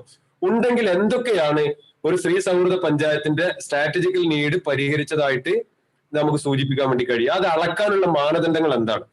നമുക്ക് ഈ വരുന്ന കാര്യങ്ങളൊക്കെ പൊതുവായിട്ട് ഇങ്ങനെ പറഞ്ഞു പോകാല്ലാതെ വളരെ സ്പെസിഫിക് ആയിട്ട് ഇന്ന കാര്യമാണ് ആദ്യം, രണ്ടാമത്തെ ഇന്നതാണ്, മൂന്നാമത്തെ ഇന്നതാണ്, ഇങ്ങനെ പറഞ്ഞു പോകാൻ പല സാഹചര്യങ്ങൾ നിലനിൽക്കുന്നുണ്ടോ എന്നുള്ളത് ഒന്ന് അറിയേണ്ടതുണ്ട്. ഇപ്പൊ ബഹുമാനപ്പെട്ട ധനകാര്യ മിനിസ്റ്റർ ഒക്കെ ഇവിടെ ഉള്ളത് കൊണ്ട് ഞങ്ങളിപ്പോ ഒരു സ്ത്രീകൾക്ക് വേണ്ടി മൾട്ടിപർപ്പസ് ജിം ആരംഭിച്ചിരിക്കുന്നു. പക്ഷെ അതിന്റെ ട്രെയിനിങ് കൊടുക്കാൻ വേണ്ടിയിട്ട് ഒരു ട്രെയിനർ വെക്കണം. നിലവിൽ നമ്മൾ എന്താണ് നമുക്ക് ചെയ്യാൻ പറ്റും? മാർഗരേഖ പ്രകാരം വെക്കാൻ പറ്റുന്ന CWF, അതുപോലെ തന്നെ നമ്മുടെ വയോജനങ്ങൾക്ക് വേണ്ടിയുള്ള കോർഡിനേറ്റർ, യൂത്ത് കോർഡിനേറ്റർ ഒക്കെയാണ് ഉള്ളത്. ഇങ്ങനെ ഒരു കാര്യത്തിന് വേണ്ടി നമുക്ക് എന്ത് ചെയ്യാൻ പറ്റും? അത്തരം കാര്യങ്ങളിൽ പഞ്ചായത്ത് വളരെയധികം ഇപ്പൊ തുടങ്ങി അതെങ്ങനെ മുന്നോട്ട് കൊണ്ടുപോകണം, ആരാണ് ട്രെയിനിങ് കൊടുക്കുക എന്നുള്ള രീതിയിലൊക്കെയുള്ള വലിയ പ്രശ്നങ്ങളിലേക്ക് കാര്യങ്ങൾ പോയിക്കൊണ്ടിരിക്കുകയാണ്. അപ്പൊ ഇത്തരം കാര്യങ്ങളൊക്കെ ഈ പുതിയ കാര്യങ്ങൾ വരുമ്പോൾ അതിനെ കൂടി അഡ്രസ് ചെയ്യേണ്ടതുണ്ട്. കുടുംബശ്രീയുടെ കാര്യത്തിൽ വളരെ വലിയ ഒരു പരിശോധന ഈ ബോർഡും കുടുംബശ്രീ 2 തട്ടിലാവുന്ന ഈ കാര്യത്തിൽ അവിടെ ഘടകരമായ കാര്യം നിലനിൽക്കുന്നുണ്ട്. Thank you. Okay. I'm sure the minister will respond maybe at the end. Yeah. Now, shall we go to Vadur Panchayat? Next, അടുത്ത വാഴൂർ പഞ്ചായത്തിനുള്ള പ്രതികരണമാണ്.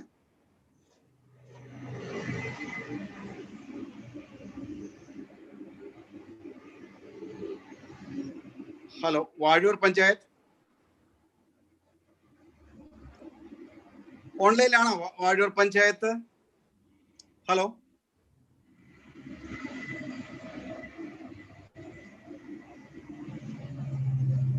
Hello, ICDS supervisor was there here. President പോയിട്ടുണ്ട്, പക്ഷേ ICDS supervisor ഉണ്ടെന്നാണ്. Okay, shall we try now Puvar Panchayat group, Puvar Grama Panchayat? Sir, ഞാൻ പൂവാർ പഞ്ചായത്ത് സെക്രട്ടറിയാണ്. ഞങ്ങളുടെ ഒരു തീരദേശ പഞ്ചായത്താണ് പൂവാർ ഗ്രാമപഞ്ചായത്ത്. തിരുവനന്തപുരം ജില്ലയിലെ ഈ പൂവാർ പഞ്ചായത്തിലെ 7 വാർഡുകള് മിക്കവാറും തീരപ്രദേശവുമായിട്ട് നേരിട്ടും അല്ലാതെയോ ബന്ധപ്പെട്ട് കിടക്കുന്ന വാർഡുകളും കൂടെയാണ്. പ്രധാനമായും മത്സ്യബന്ധനം, ഈ വാർഡുകളിലൊക്കെ മത്സ്യബന്ധനവുമായി ബന്ധപ്പെട്ട തൊഴിൽ സംരംഭങ്ങളാണ്. അപ്പോ ഞാൻ മനസ്സിലാക്കുന്ന ഒരു കാര്യം ബഹുമാനപ്പെട്ട എല്ലാവരോടും പറയാൻ ആഗ്രഹിക്കുന്നത്, അതായത് നമ്മുടെ മാർക്കറ്റിംഗ്, അതായത് കുടുംബശ്രീ ഉൽപ്പാദിപ്പിക്കുന്ന പ്രൊഡക്ട്സ് നമുക്ക് മാർക്കറ്റ് ചെയ്യുന്നതിനുള്ള സംവിധാനം lack of markets, internal markets, അത് നമ്മളെ സംബന്ധിച്ചിടത്തോളം ഒരു ബുദ്ധിമുട്ടാണ്. കാരണം ഈ ഉൽപ്പന്നങ്ങൾ വിറ്റഴിക്കുന്നതിന് സാധിക്കുന്നില്ല എന്നുള്ള ഒരു കാര്യം സാർ. അതുപോലെ തന്നെ രണ്ടാമത്തെ കാര്യം എന്ന് പറയുന്നത് ഈ modern technology unaware about the modern technology, അതിന്റെ ഒരു ആപ്ലിക്കേഷൻസ്, അതിന്റെ ഒരു അങ്ങനെയുള്ള കാര്യങ്ങളിലുള്ള ഒരു പ്രോപ്പർ ട്രെയിനിങ് ഇല്ലാത്ത ഒരു ബുദ്ധിമുട്ട് കുടുംബശ്രീയെ സംബന്ധിച്ചിടത്തോളം ബാധിക്കുന്നുണ്ട് എന്ന് തോന്നുന്നു സാർ. അതുപോലെ നമ്മളെ ഈ കുടുംബശ്രീ സംരംഭകരായിട്ട് കുറച്ചുപേരേ ഉള്ളൂ സാർ. ബാക്കിയുള്ള സംരംഭകർ എന്ന് പറയുന്നത് ഓരോ കുടുംബശ്രീ യൂണിറ്റ് എടുത്താലും അവിടെ ഒരു സംരംഭം ഉണ്ടെങ്കിൽ മറ്റ് കുറേ പേര് ഈ സംരംഭവുമായി ബന്ധപ്പെടാതെ നിൽക്കുന്നു എന്നുള്ള ഒരു യാഥാർത്ഥ്യമുണ്ട്. അപ്പോൾ ഈ എല്ലാവരെയും നമ്മൾ ഇതിലേക്ക് കൊണ്ടുവരുന്നതിനും അവരെയൊക്കെ തന്നെ നമ്മൾ ഒരു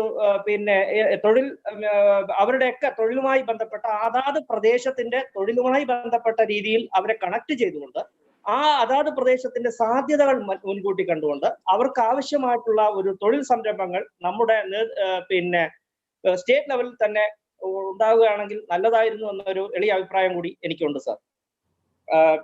അതുപോലെ തന്നെ നമ്മുടെ കുടുംബശ്രീ പ്രസ്ഥാനത്തിലെ ജാഗ്രതാ സന്ധികളുടെ വളരെ ഇമ്പോർട്ടൻസ് ഉണ്ട്. 2004 പൂവാർ ഗ്രാമപഞ്ചായത്തിലെ ജാഗ്രതാ സന്ധികൾ ആരംഭിക്കുന്നത്. ഈ ജാഗ്രതാ സന്ധികൾ വന്നതിന് ശേഷം ഏകദേശം 293 പരാതികൾ ജാഗ്രതാ സന്ധികൾ തന്നെ പരിഹരിച്ചിട്ടുണ്ട്. അതിൽ സിവില്, ക്രിമിനൽ സ്വഭാവമുള്ള പരാതികൾ ഉൾപ്പെടുന്നുണ്ട്.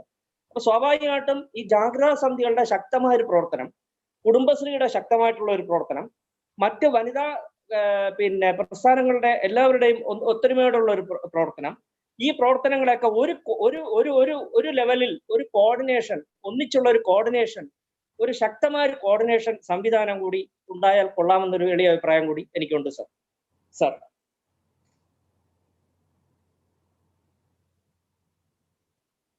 Okay sir. ഹലോ, അൺമ്യൂട്ട് ചെയ്തിട്ടില്ല Joseph sir. Hello sir. Yeah, thank you very much. Thank you, sir. Thank you, sir. Yeah.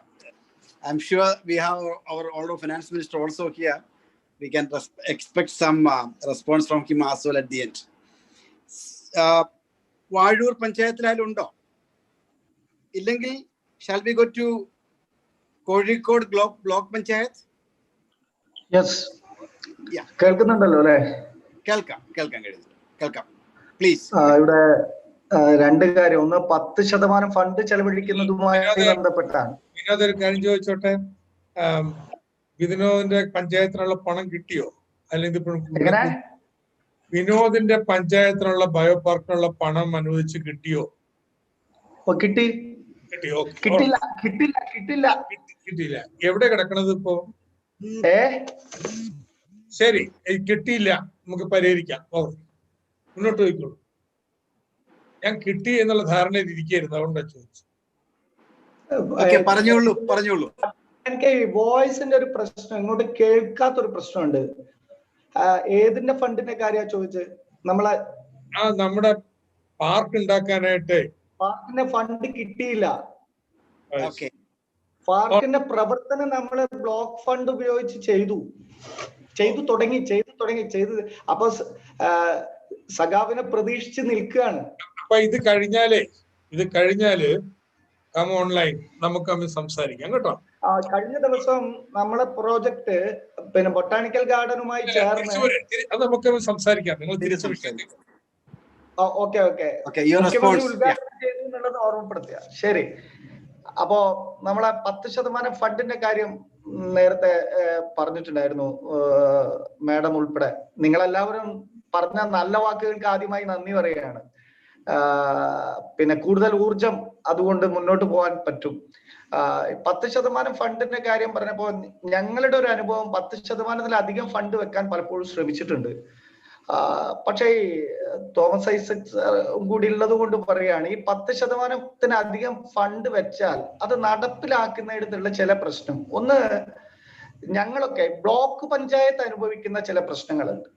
മാനദണ്ഡങ്ങൾ, മാർഗരേഖകൾ, ചുമതല പ്രശ്നങ്ങൾ, ഇതുകൊണ്ട് പല പദ്ധതികളും നടപ്പിലാക്കാൻ വേണ്ടി കഴിയാതെ പോകുന്നത്. ഇപ്പൊ ഈ വർഷം ഉദാഹരണത്തിന് ഈ വർഷം സർക്കാരിന്റെ 1000 തൊഴിൽ പിന്നെ പദ്ധതിയുമായൊക്കെ ക്ലബ് ചെയ്ത് ഒരു ഇന്നോവേറ്റീവ് ആയിട്ടുള്ള പ്രൊജക്ട്, ഞങ്ങളെ പദ്ധതി മൊത്തമായി സമത എന്ന പേരിലാണ് ഞങ്ങൾ പദ്ധതി ആവിഷ്കരിക്കുന്നത്. അതിനെ കുറെ കൂടി ഇന്നോവേറ്റീവായി ഒരു പദ്ധതിക്ക് പിന്നെ നിർവഹണത്തിന് വേണ്ടി 10 ലക്ഷം രൂപയിലധികം വെച്ചിട്ട് ഞങ്ങള് പ്രൊജക്ട് ഉണ്ടാക്കി മുന്നോട്ട് പോയി. പക്ഷെ ഇപ്പൊ അത് 2.5 ലക്ഷമാക്കി വെട്ടിച്ചുരുക്കി സാധാരണ പദ്ധതിയാക്കി മാറ്റുകയാണ് ചെയ്തത്. കാരണം പിന്നെ ഇതിന്റെ കടമകൾ കടക്കാൻ പറ്റുന്നില്ല. ജില്ലാ പ്ലാനിംഗ് ഓഫീസ് അതേപോലെ അതിന്റെ ടെക്നിക്കൽ കമ്മിറ്റി എല്ലാം പരിശോധിച്ച് തള്ളി ഒഴിവാക്കുകയാണ് ചെയ്തത്. അതായത് ഇന്നോവേറ്റീവ് പദ്ധതികൾ വെക്കണം എന്ന് പറയുകയും വെക്കുന്ന സമയത്ത് അതിനെ അപ്രൂവ് ചെയ്യാവുന്ന ഒരു നിലവാരം പിന്നെ ആര് കാണിക്കുന്നില്ല? ജില്ലാ തലത്തില് ഈ ആസൂത്രണ സംവിധാനത്തിന് നേതൃത്വം കൊടുക്കുന്നവർ കാണിക്കുന്നില്ല എന്നൊരു പരാതി പറയുകയാണ് ഞാൻ. ഞങ്ങളെ ചില പദ്ധതികൾ അതുകൊണ്ട് പ്രയാസപ്പെടുന്നുണ്ട്. ഈ 10 ലക്ഷത്തിലധികമൊക്കെ 10% വെക്കുമ്പോൾ നമുക്ക് ഇന്നോവേറ്റീവ് പദ്ധതികളൊക്കെയാണ് വെക്കേണ്ടത്. അത്തരം പദ്ധതികളുടെ നിർവഹണത്തിന് സഹായകമാകുന്ന സംവിധാനം കുറച്ചും കൂടി സുതാര്യമാവണം. അതിന് വിജ്ഞാനമുള്ള അല്ലെങ്കിൽ അതിനെ പരിഗണിക്കാവുന്ന ആളുകളായിരിക്കണം അതിന്റെ നേതൃത്വപരമായ ഉത്തരവാദിത്തത്തിൽ ഉണ്ടാവേണ്ടത്. അതിന്റെ ചില പ്രശ്നങ്ങൾ ഞങ്ങൾ നേരിട്ടിട്ടുണ്ട്. അതാണ് ഈ 10%-ലധികം നീക്കി വെച്ചത് ചുരുക്കുകയാണ്. പിന്നെ ആ ഒരു പ്രശ്നം നേരിടുന്നു. രണ്ടാമത് കുടുംബശ്രീയെ സൂചിപ്പിക്കാതെ പോയതിൽ ഈ പ്രവർത്തനങ്ങൾ ആകെ നടത്തുന്നതിന്റെ എല്ലാ വട്ടത്തിലും കുടുംബശ്രീ ഉണ്ട്. കുടുംബശ്രീയുമായി ചേർന്നാണ് ഞങ്ങൾ ബ്ലോക്ക് പഞ്ചായത്ത് നടപ്പിലാക്കിയിട്ടുള്ള എല്ലാ പ്രോഗ്രാമുകളും നടപ്പിലാക്കിയത്. മാത്രമല്ല ഒരു കാര്യം പറയാനുണ്ട്. നേരത്തെ ചോദിച്ചത് ഉൾപ്പെടെയുള്ള ഞങ്ങൾ 1-2 പുതിയ പദ്ധതികൾ, ജൈവ വൈവിധ്യ ബ്ലോക്ക് എന്ന് പറയുന്ന ഒരു പദ്ധതി നടപ്പാക്കുന്നുണ്ട്. ഈ പദ്ധതിയുടെ ലീഡർഷിപ്പ്, അതിന്റെ റിസോഴ്സ് പേഴ്സൺസ്, അതിന്റെ വാർഡ് തല ഇംപ്ലിമെന്റിന് നേതൃത്വം കൊടുത്തത് ഒക്കെ സ്ത്രീകളാണ്. അത് അങ്ങനെ ആവണം എന്ന് ഞങ്ങൾ തീരുമാനിച്ചത് കൊണ്ടാണ് അത് അവരുടെ നേതൃത്വത്തിൽ. അതേപോലെ തന്നെ ഞങ്ങൾ മെന്റൽ ഹെൽത്തുമായി ബന്ധപ്പെട്ട് നടപ്പിലാക്കുന്ന സ്ത്രീകളുടെ മെന്റൽ ഹെൽത്ത്, വയോജനങ്ങളുടെ മെന്റൽ ഹെൽത്ത്, കുട്ടികളുടെ മെന്റൽ ഹെൽത്ത് ഒക്കെ ആയി ബന്ധപ്പെട്ട് നടപ്പിലാക്കുന്ന ഒരു പദ്ധതിയാണ് മാനസ. ആ പദ്ധതിയുടെ ഫുൾ ലീഡർഷിപ്പ് സ്ത്രീകൾക്കാണ്. അതിന്റെ നയിക്കുന്നത് മുതൽ അതിന്റെ താഴെ തട്ടിൽ ഹെൽപ്പ് ഡെസ്ക് ഉണ്ട്. വാർഡ് തല ഹെൽപ്പ് ഡെസ്കിന് നേതൃത്വം കൊടുക്കുന്നത് വരെ സ്ത്രീകളാണ്. അത് ആശാ വർക്കറാണ് അതിന് ചുമതല വഹിക്കുന്നതെങ്കിലും അതുമാത്രമല്ല ഞങ്ങളുടെ ഈ കാലയളവിൽ നടത്തിയിട്ടുള്ള എല്ലാ പ്രവർത്തനങ്ങളെയും പിന്തുണച്ചത് അല്ലെങ്കിൽ നേതൃത്വപരമായി ഇടപെട്ടത് ICDS പ്രവർത്തകർ, കുടുംബശ്രീ പ്രവർത്തകർ, ആശാ വർക്കർമാർ തുടങ്ങിയവരായിരുന്നു. സത്യത്തിൽ ഒരു പദ്ധതി നിർവഹണത്തിലെ സ്ത്രീ പങ്കാളിത്തം വളരെ ശ്രദ്ധേയമായിരുന്നു എന്ന് ഈ 5 വർഷക്കാലത്തെ ഭരണം പൂർത്തീകരിച്ചു പോകുമ്പോൾ പറയാൻ പറ്റും എന്ന ഒരു വസ്തുത.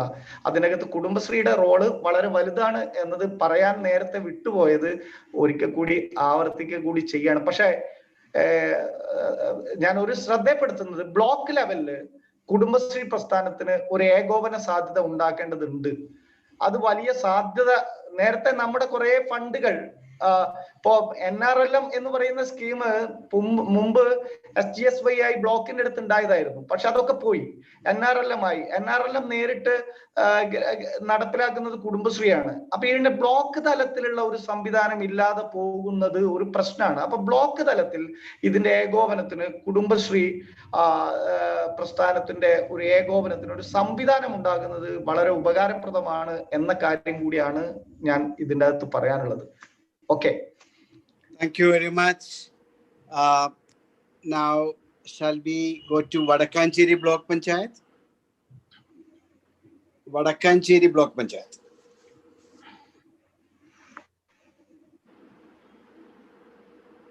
Vadakkancheri Block Panchayat പ്രസിഡന്റാണ്. Please. ഇത് ഗ്രീൻ ആർമി ഞങ്ങള് 95 ഗ്രീൻ ആർമി ഞങ്ങൾ നടപ്പിലാക്കുമ്പോൾ തുല്യ കൂലി തുല്യ വേതനം എന്നത് ഒരു സ്കിൽഡ് ലേബർ ബാങ്കാണ്. അപ്പൊ സ്ത്രീകൾ എന്ത് ചെയ്യണം, പുരുഷന്മാർ എന്ത് ചെയ്യണം എന്നതിനെ സംബന്ധിച്ച് അവർ തമ്മിൽ നല്ല ധാരണയാണ്. അതുകൊണ്ട് തന്നെ വേറെ യാതൊരുവിധ പ്രശ്നങ്ങളും ഇതിനകത്ത് ഉണ്ടാകുന്നില്ല.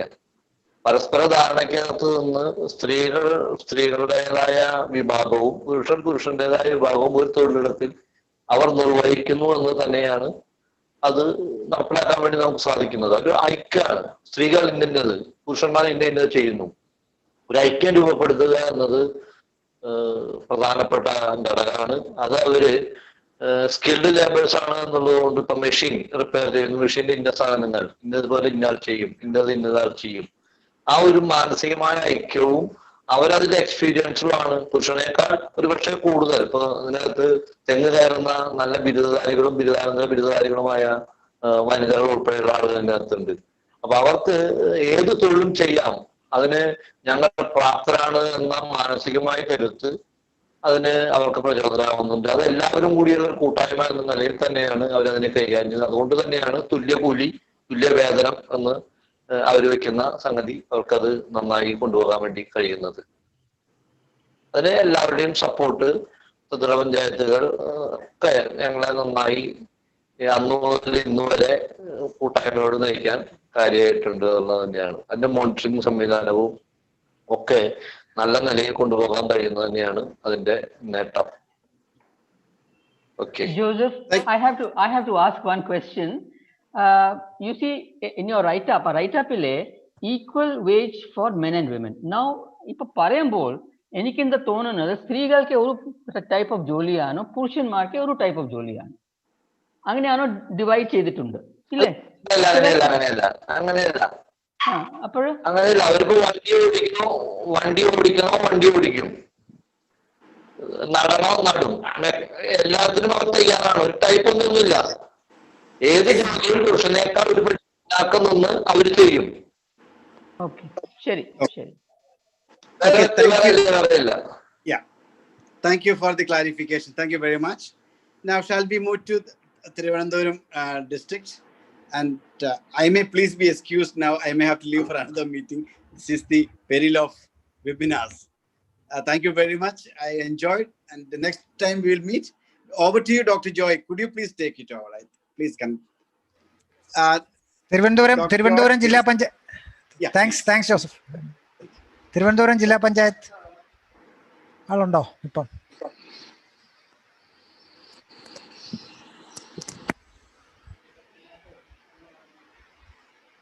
അതല്ലെങ്കിൽ ഇല്ലെന്ന് തോന്നുന്നു സാർ.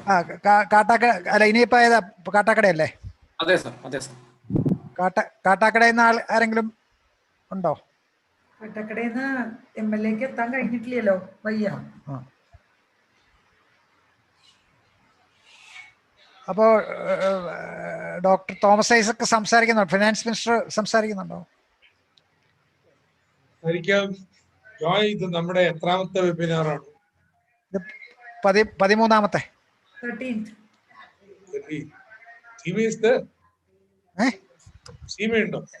ഇല്ല ഇന്ന് വേറെ മീറ്റിംഗ് ആണ്.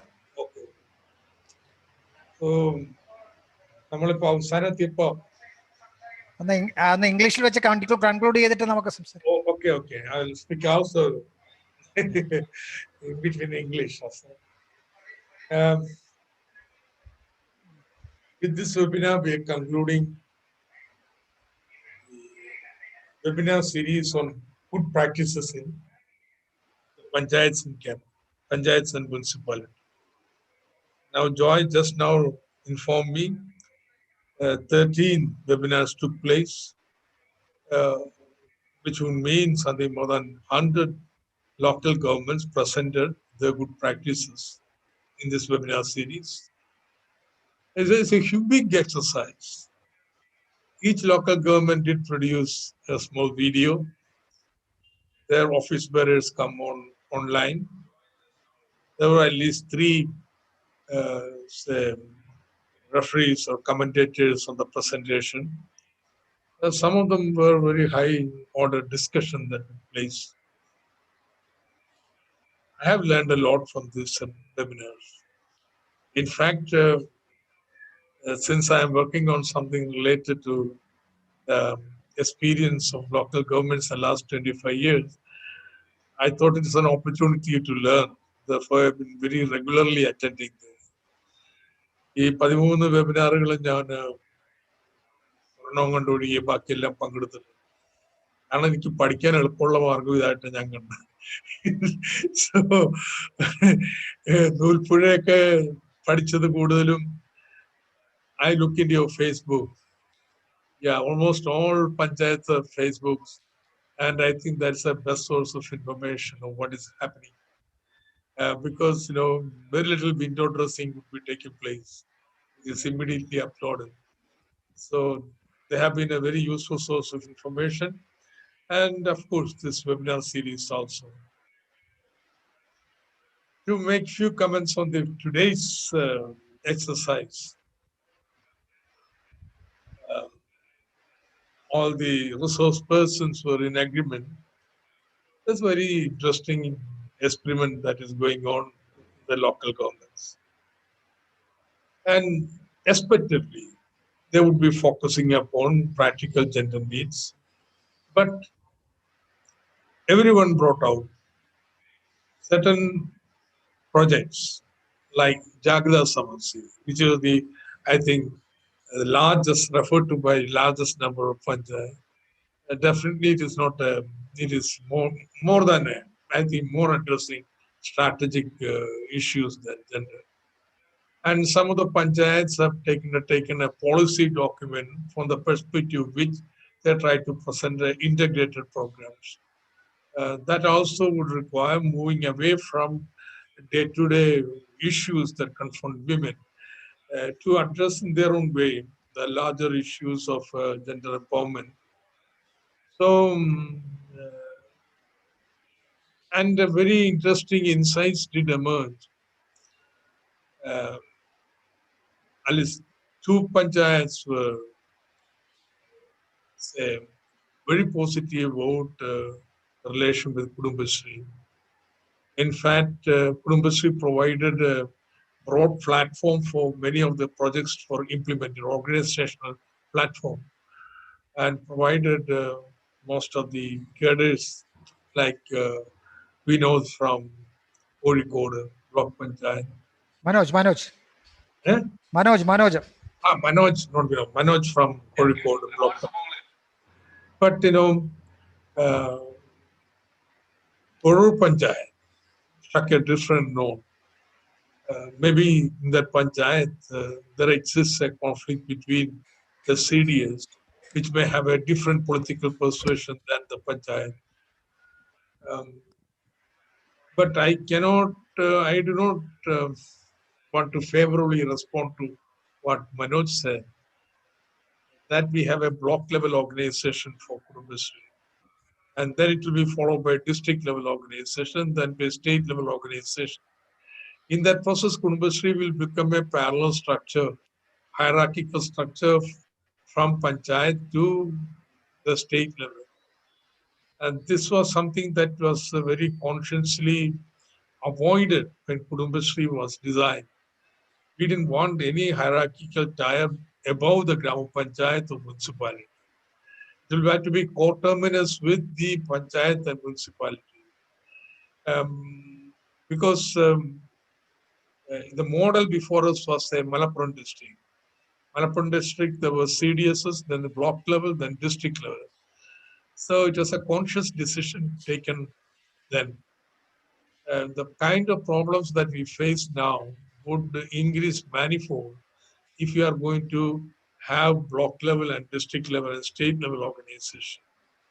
But I understand, I take the criticism of Parur in the sense that the Kudumbashree mission organization can become, say, bureaucratic, because that's not a popular organization. This is something, a mission set up by the state government, and who may have some different ideas of what should be done. So I think we should fiercely defend the autonomy of CDS and the Kudumbashree neighborhood group. The Kudumbashree constitution was drawn up specifically with this in mind. Now Kudumbashree should be autonomous from the panchayat. At the same time, it should have an organic link with the panchayat. It should not be that the panchayat begin to micromanage Kudumbashree. So, and Kudumbashree CDS micromanage Kudumbashree neighborhood group.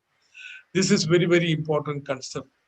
So this webinar, in fact, prompts me that we have to take a very systematic review of this relationship and see the experience. In fact, Jagajeevan also raised this issue. And well, if you, now I don't want to further comment upon the gender issues that were raised.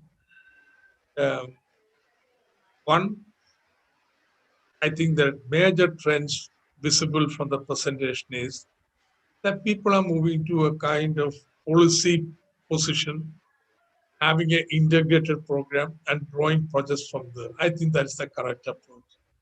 So otherwise, it will be kind of addressing small issues here, distributing certain things. So, but when we have a larger vision about vision document, then that will be informed by gender theory and concerns. So I think it's a very positive trend that is visible in the presentations today. And secondly, many of them have been truly innovative. And though they have not made explicit, they look at the cross-section of gender with the tribal or class, caste and class. For example, Nulpura, I have been looking into their experience quite closely. That what I find in that panchayat, I don't know if they presented about the first women elected member from the general seat. But anyway, see the entire program of theirs, there's the specificities of a tribal majority panchayat has been taken into consideration. That's, for example, the Pradeshalaya comes. Because, tribal women would find it very difficult to use the normal hospital facilities, etc. But in the tribal custom, there is to be a place where pregnant women, etc. stay. So near the hospital, they have built up this Pradeshalayam where the tribal women can come and stay. They have a special transport for tribal hamlets so that the women and others can come to the hospital and go back, and so on and so forth. I mean, amazed the sensitivity of the program that Panchayat with the tribal majority population. And therefore, I'm certain this gender also, though not stated explicitly, they would have, for example, the Shalim itself is a reflection of this. So that is there. Or take Fadakanjiri Panchayat. Now that is explicitly class, agriculture workers. Now agriculture workers, women work becomes much more visible. They come to have greater control of their earnings because that is paid into their accounts. And three, there is a breaking of the gender division of labor in agriculture here. You don't find the women driving tractors. That's a male's job. When a machine comes, male takes out that. When there is a planting machine, otherwise it's a woman's job. The moment transplanting machine comes, it becomes men's job. But here, they break it. So, in fact, that's an explicit gender intervention at one of the most important occupation in which men and women in Kerala are involved. 30% of the population is involved. So, but I totally agree with you that Kerala has to go a long, long way from gender equality, but also addressing some of the most serious issues confronting the health and safety and security of women. Jaguar Summit is definitely one of the initiatives, but it will have to go much beyond what is now happening. That accepted, I think it proves one point. That is, okay, you have general laws can be made in the assembly. You can have general awareness programs, but if we want to have action, it has to be at the local level. That's the terrain of intervention. And I think all these examples bring out what is the alternative. State government running a gender program state level. Secondly, you look at, I think there's no time, but I would have liked to sit and diagnose the activists who have been intervening.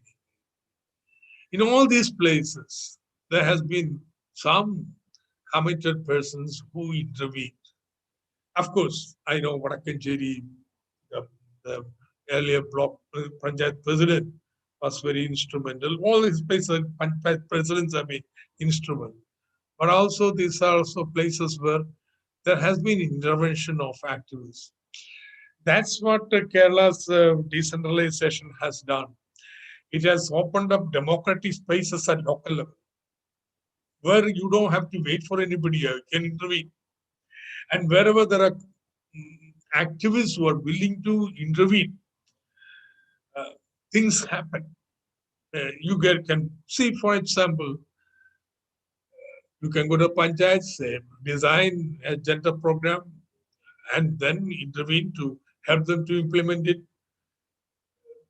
And it's much more easier to do that with a Panchayat rather than try to, say, converse with the department, whether we women development department or state government department, whatever it is. Because that is a hierarchical thing. You can't talk here. You have to go to the minister. But here in the Panchayat, you can take at the local level. So it gives much greater space for intervention. Then you may say the Panchayat is not interested. Fine, you can go to the Grammar So in your ward, a small project, they are not interested. There is nothing to prevent you from intervening in the local self-help group, women's group, neighborhood group. That you only have to influence a group. You can intervene. You can have your, say, enterprise created. You can have gender awareness program. That's why the autonomy of the Kudumbashree group is paramount importance. Though I am sympathetic, I am willing to inquire into what is wrong with Parur Panchayat. I would say I will first stand for the autonomy of the women's group, so that it is up to them. It is a group who decides who will intervene there. Of course, they'll have to listen to their federative CDS, but they would have all the freedom to invite anybody to the particular group. That autonomy is very, very important. So I think very interesting process is at stake is happening in Kerala Panchayat. Now, this being the last of the webinar, I just want to conclude that this has been a very, very interesting exercise. And Kilai is following it up with 25 books to commemorate 25 years of decentralized planning experience in Kerala. And about 10 books are edited by Govt. Director Joseph, which is mostly on the PhD theses and other academic studies. Okay. There are around 16 PhD theses on decentralization in Kerala. Of course, you can't expect it only 16, but I think you can make 5, 6 out of them, and 4, 5 books by eminent scholars. Other 10 edited by Dr. Joy, it's a series editor.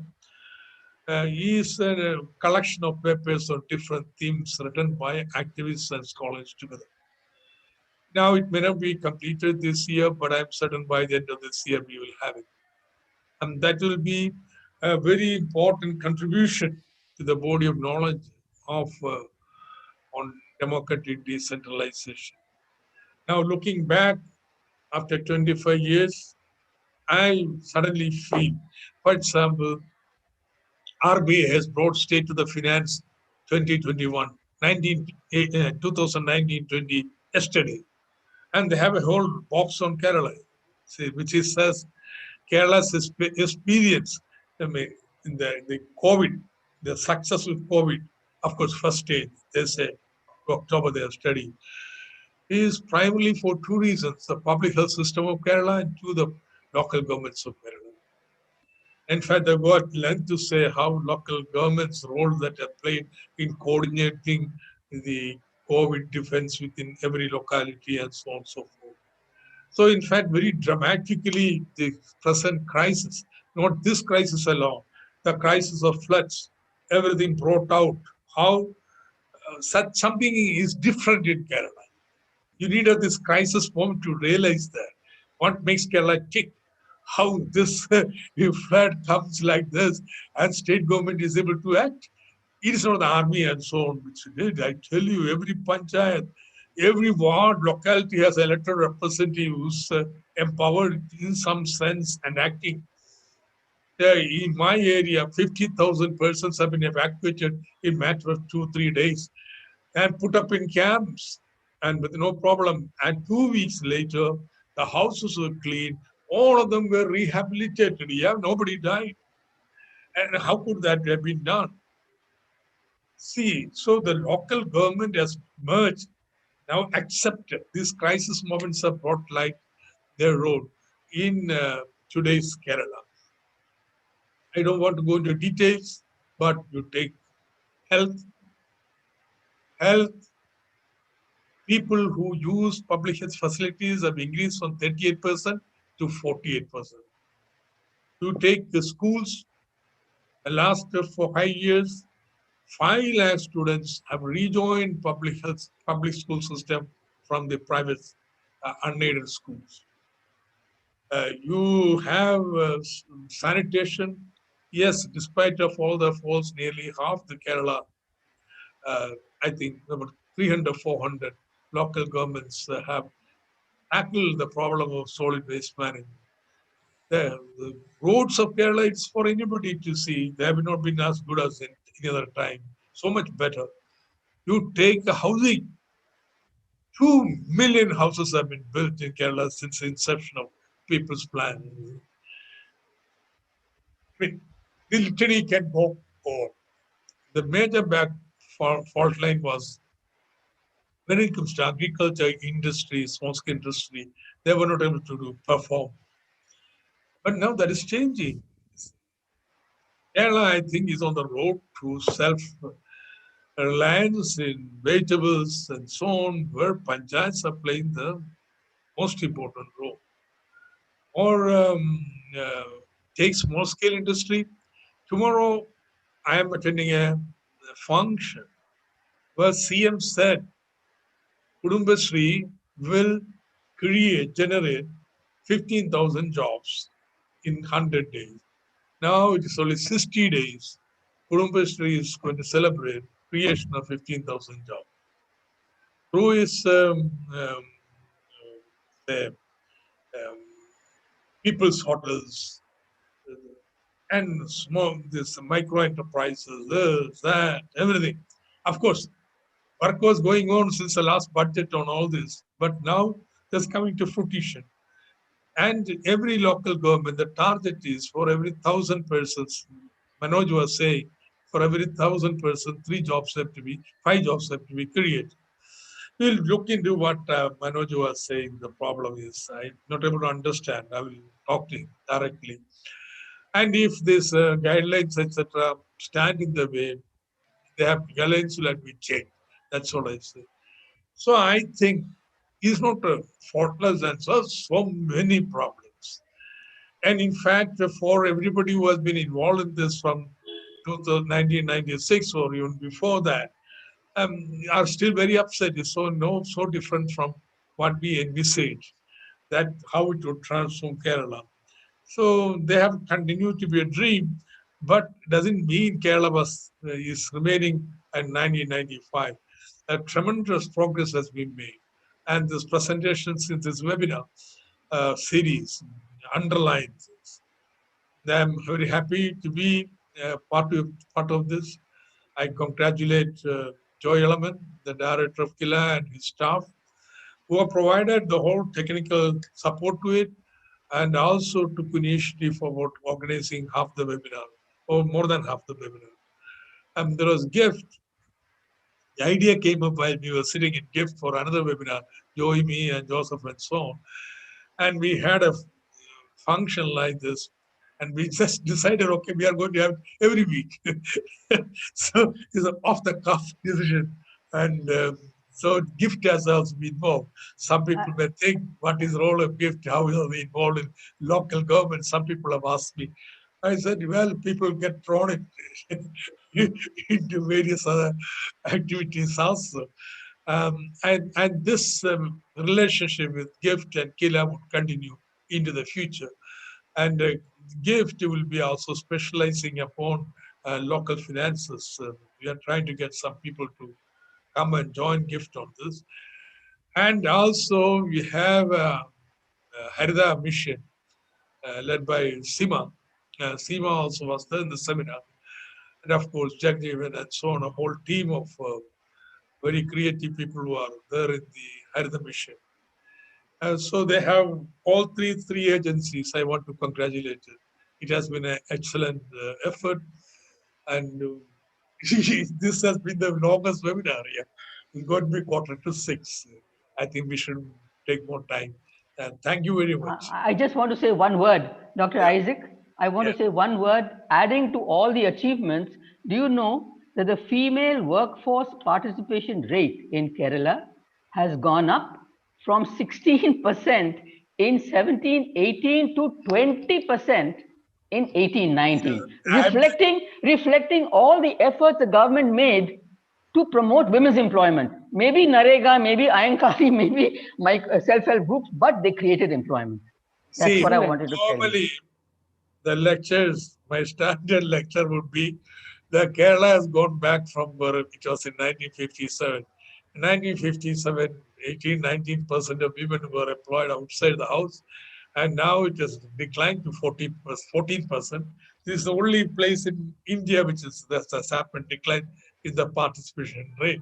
In fact, I remember Seema and Vanita's paper has an introductory sentence on this, but now you can't use it anymore. Women's participation has started to decline, and that's good. See, thing is, I think when there's a very interesting thing, you know, this NSS survey which brings out estimation of household-related employment, job occupations of women, and if not just household job, but household-related economic activities. And we used to say, if you add women's visible employment plus this is very similar to male participation rate. Now, what Kudumbashree, and I think also MGNREG has done is made all this work much more visible. So they begin to be counted. See, about 40 or 50,000 women are employed in the by Kudumbashree self-help group, in self-help activity on agriculture alone. Now, till yesterday, they were doing the same job in the house. But now it has become a visible activity of a group. And therefore, that becomes to be counted, I think. They themselves consider they are employed. Earlier, they would ask the job by a census officer. They would say no. Yeah. So I think this is something, Mridul, you have to very carefully examine what's happening, what is churning. Yeah, very interesting. Thank you so much for having me. So, shall we conclude? Yes. See, I don't know. I don't want to add anything to what Dr. Thomas Isaac and all others have mentioned now. Just to say thanks to all of you, especially our local governments, right from Nulpura, Kozhikode, Porur, Tanalur, Vadakkancherry, Vazhur, Puvar, Thiruvananthapuram, and I don't think I've left out anyone. And all of them who had got Katakada and Katakada, and a group of panchayats. So thanks to all of them. See, it's very difficult even to request them to be part of this at this time, because they are into the elections and also to complete their term within next 10 days, 11 days. So naturally they were all busy, but still they accepted our invitation and they participated. It's a Joy, that also underlines the reason why we should call this webinar series a halt today. Yeah. We are only 1 week from election declaration. So thanks to all the local government representatives for being with us today. And then we have our panelists. Dr. Mridul has always been there, except for one webinar. All others, she has been right throughout there. And another thing she mentioned that don't call me for all the inauguration. I want to respond, not inauguration. Inauguration means you prevent people to really respond to anything. So she didn't want to be there. And of course, she has been the motivation also in this one. And then we have Professor Ramakrishnan. Last time also for another occasion, we had him with us. So Dr. Ramakrishnan, and then Vanita has been with us some time back, and then she's in and out in Kerala and Delhi, I would say. But anyway, it's a reconnecting also in one way to Kerala, with Kerala. Anyway, thanks to all the three of you for being with us and for giving motivation to the panchayats and local governments, as well as for commenting on all these things. Then we had Srimati Sarada Muraleedharan, who inaugurated this program, our principal secretary. Again, right over the last 25 years, she has been with People's Plan campaign while living in Kerala as well as outside Kerala. She was one of the persons who actually took the contents of this People's Plan campaign across the country, or in all other states also. So thanks, madam, for being with us today. And then our colleagues, our partners here from Gulati Institute, as well as Harita Kerala Mission, thanks to all of them. There has been a big team, large team working behind the scene. So thanks to all of them, and especially my colleagues in Kila. See, for this webinar, of course, our Gender School for Local Governance, led by Dr. Amarta, Vinita, Dr. Amartraj, and Rismia, they have been really active to get all these people together. Thanks to them. But again, all these 13 webinars, there's a huge work behind the curtain. And I have to thank them like anything. Sitting day and night, working on getting these videos ready for uploading and all kinds of things. Especially my young colleagues, Rakhi, Rajan, Elsa, and Ashwadi. They have been fantastic. They have been fantastic. Fantastic, I should say. They have been working all this time. They have been working. And then Dr. Matthew, who has been guiding them. Mr. Matthew, our assistant director, who has been guiding them. And then finally, it's our IT team. See, the way in which they adapted to the new situation during the times of COVID is again marvelous. So led by Miraj and Anup and all others, Ashwak and Jasar and all. So they have been the real motivating factor for us, because once we say that we need to do it, they will do it, kind of thing. Thanks to all of them, and definitely the participants. See, so it's every week. See, in fact, a couple of weeks we couldn't do it because of the holidays or disaster and all other things. But I used to get mails and WhatsApp messages, why it is not there, kind of thing. So that is the kind of enthusiasm shown by the participants. Thanks to all of them. And thanks to all the functionaries of the local governments who are there today, as well as for all the previous 12 webinars also. Thanks to all of them.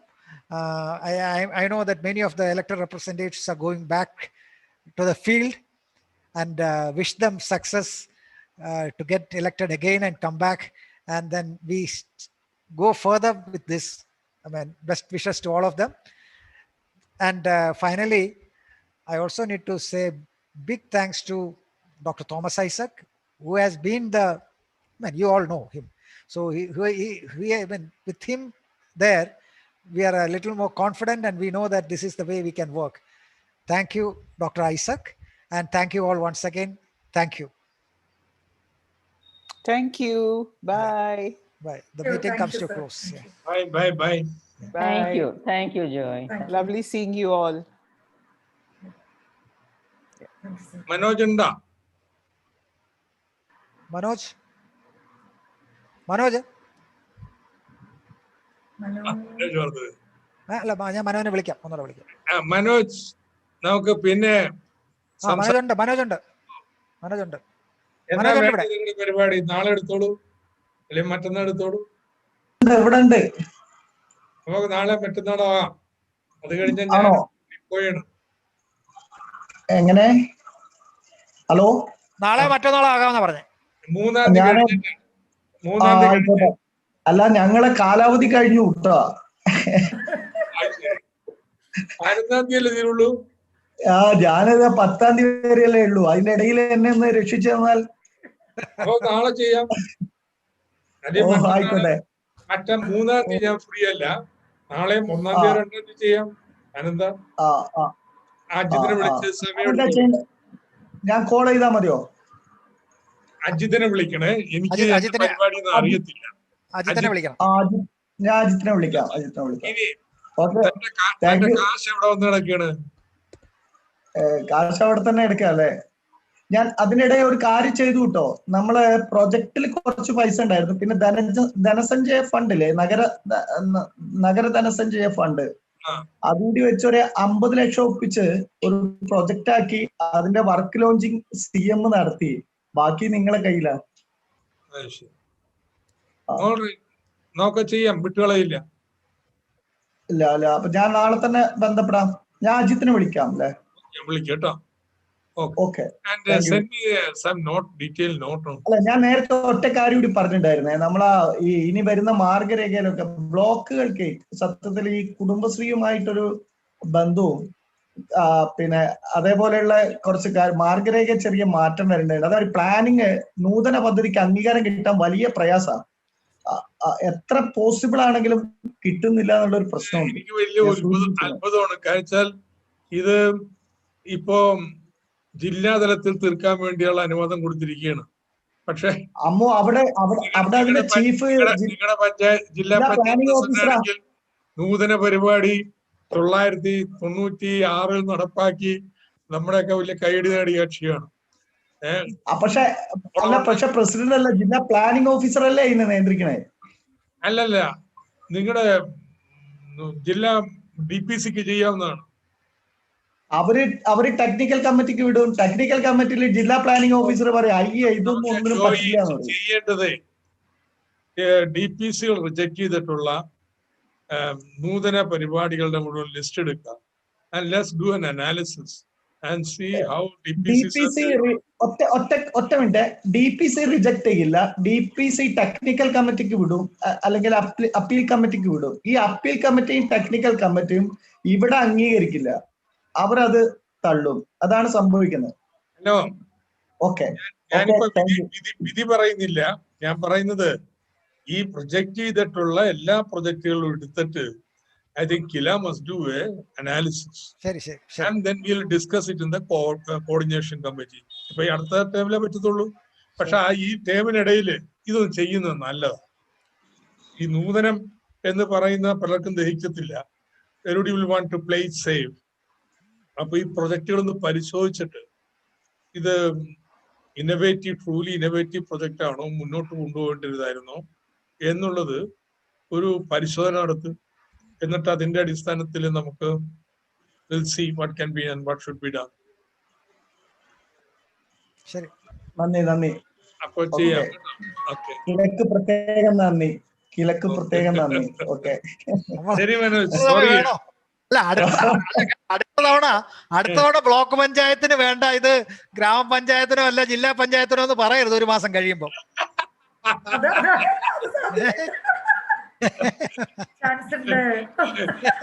മനോജോട് സംഘടനാ വിരുദ്ധമായതുകൊണ്ട് ഞാൻ ചോദിക്കുന്നില്ല എവിടെയാ മത്സരിക്കുന്നതെന്ന്. മത്സരരംഗത്ത് തൽക്കാലം മാറി നിൽക്കാൻ തീരുമാനിച്ചതാ. എവിടെ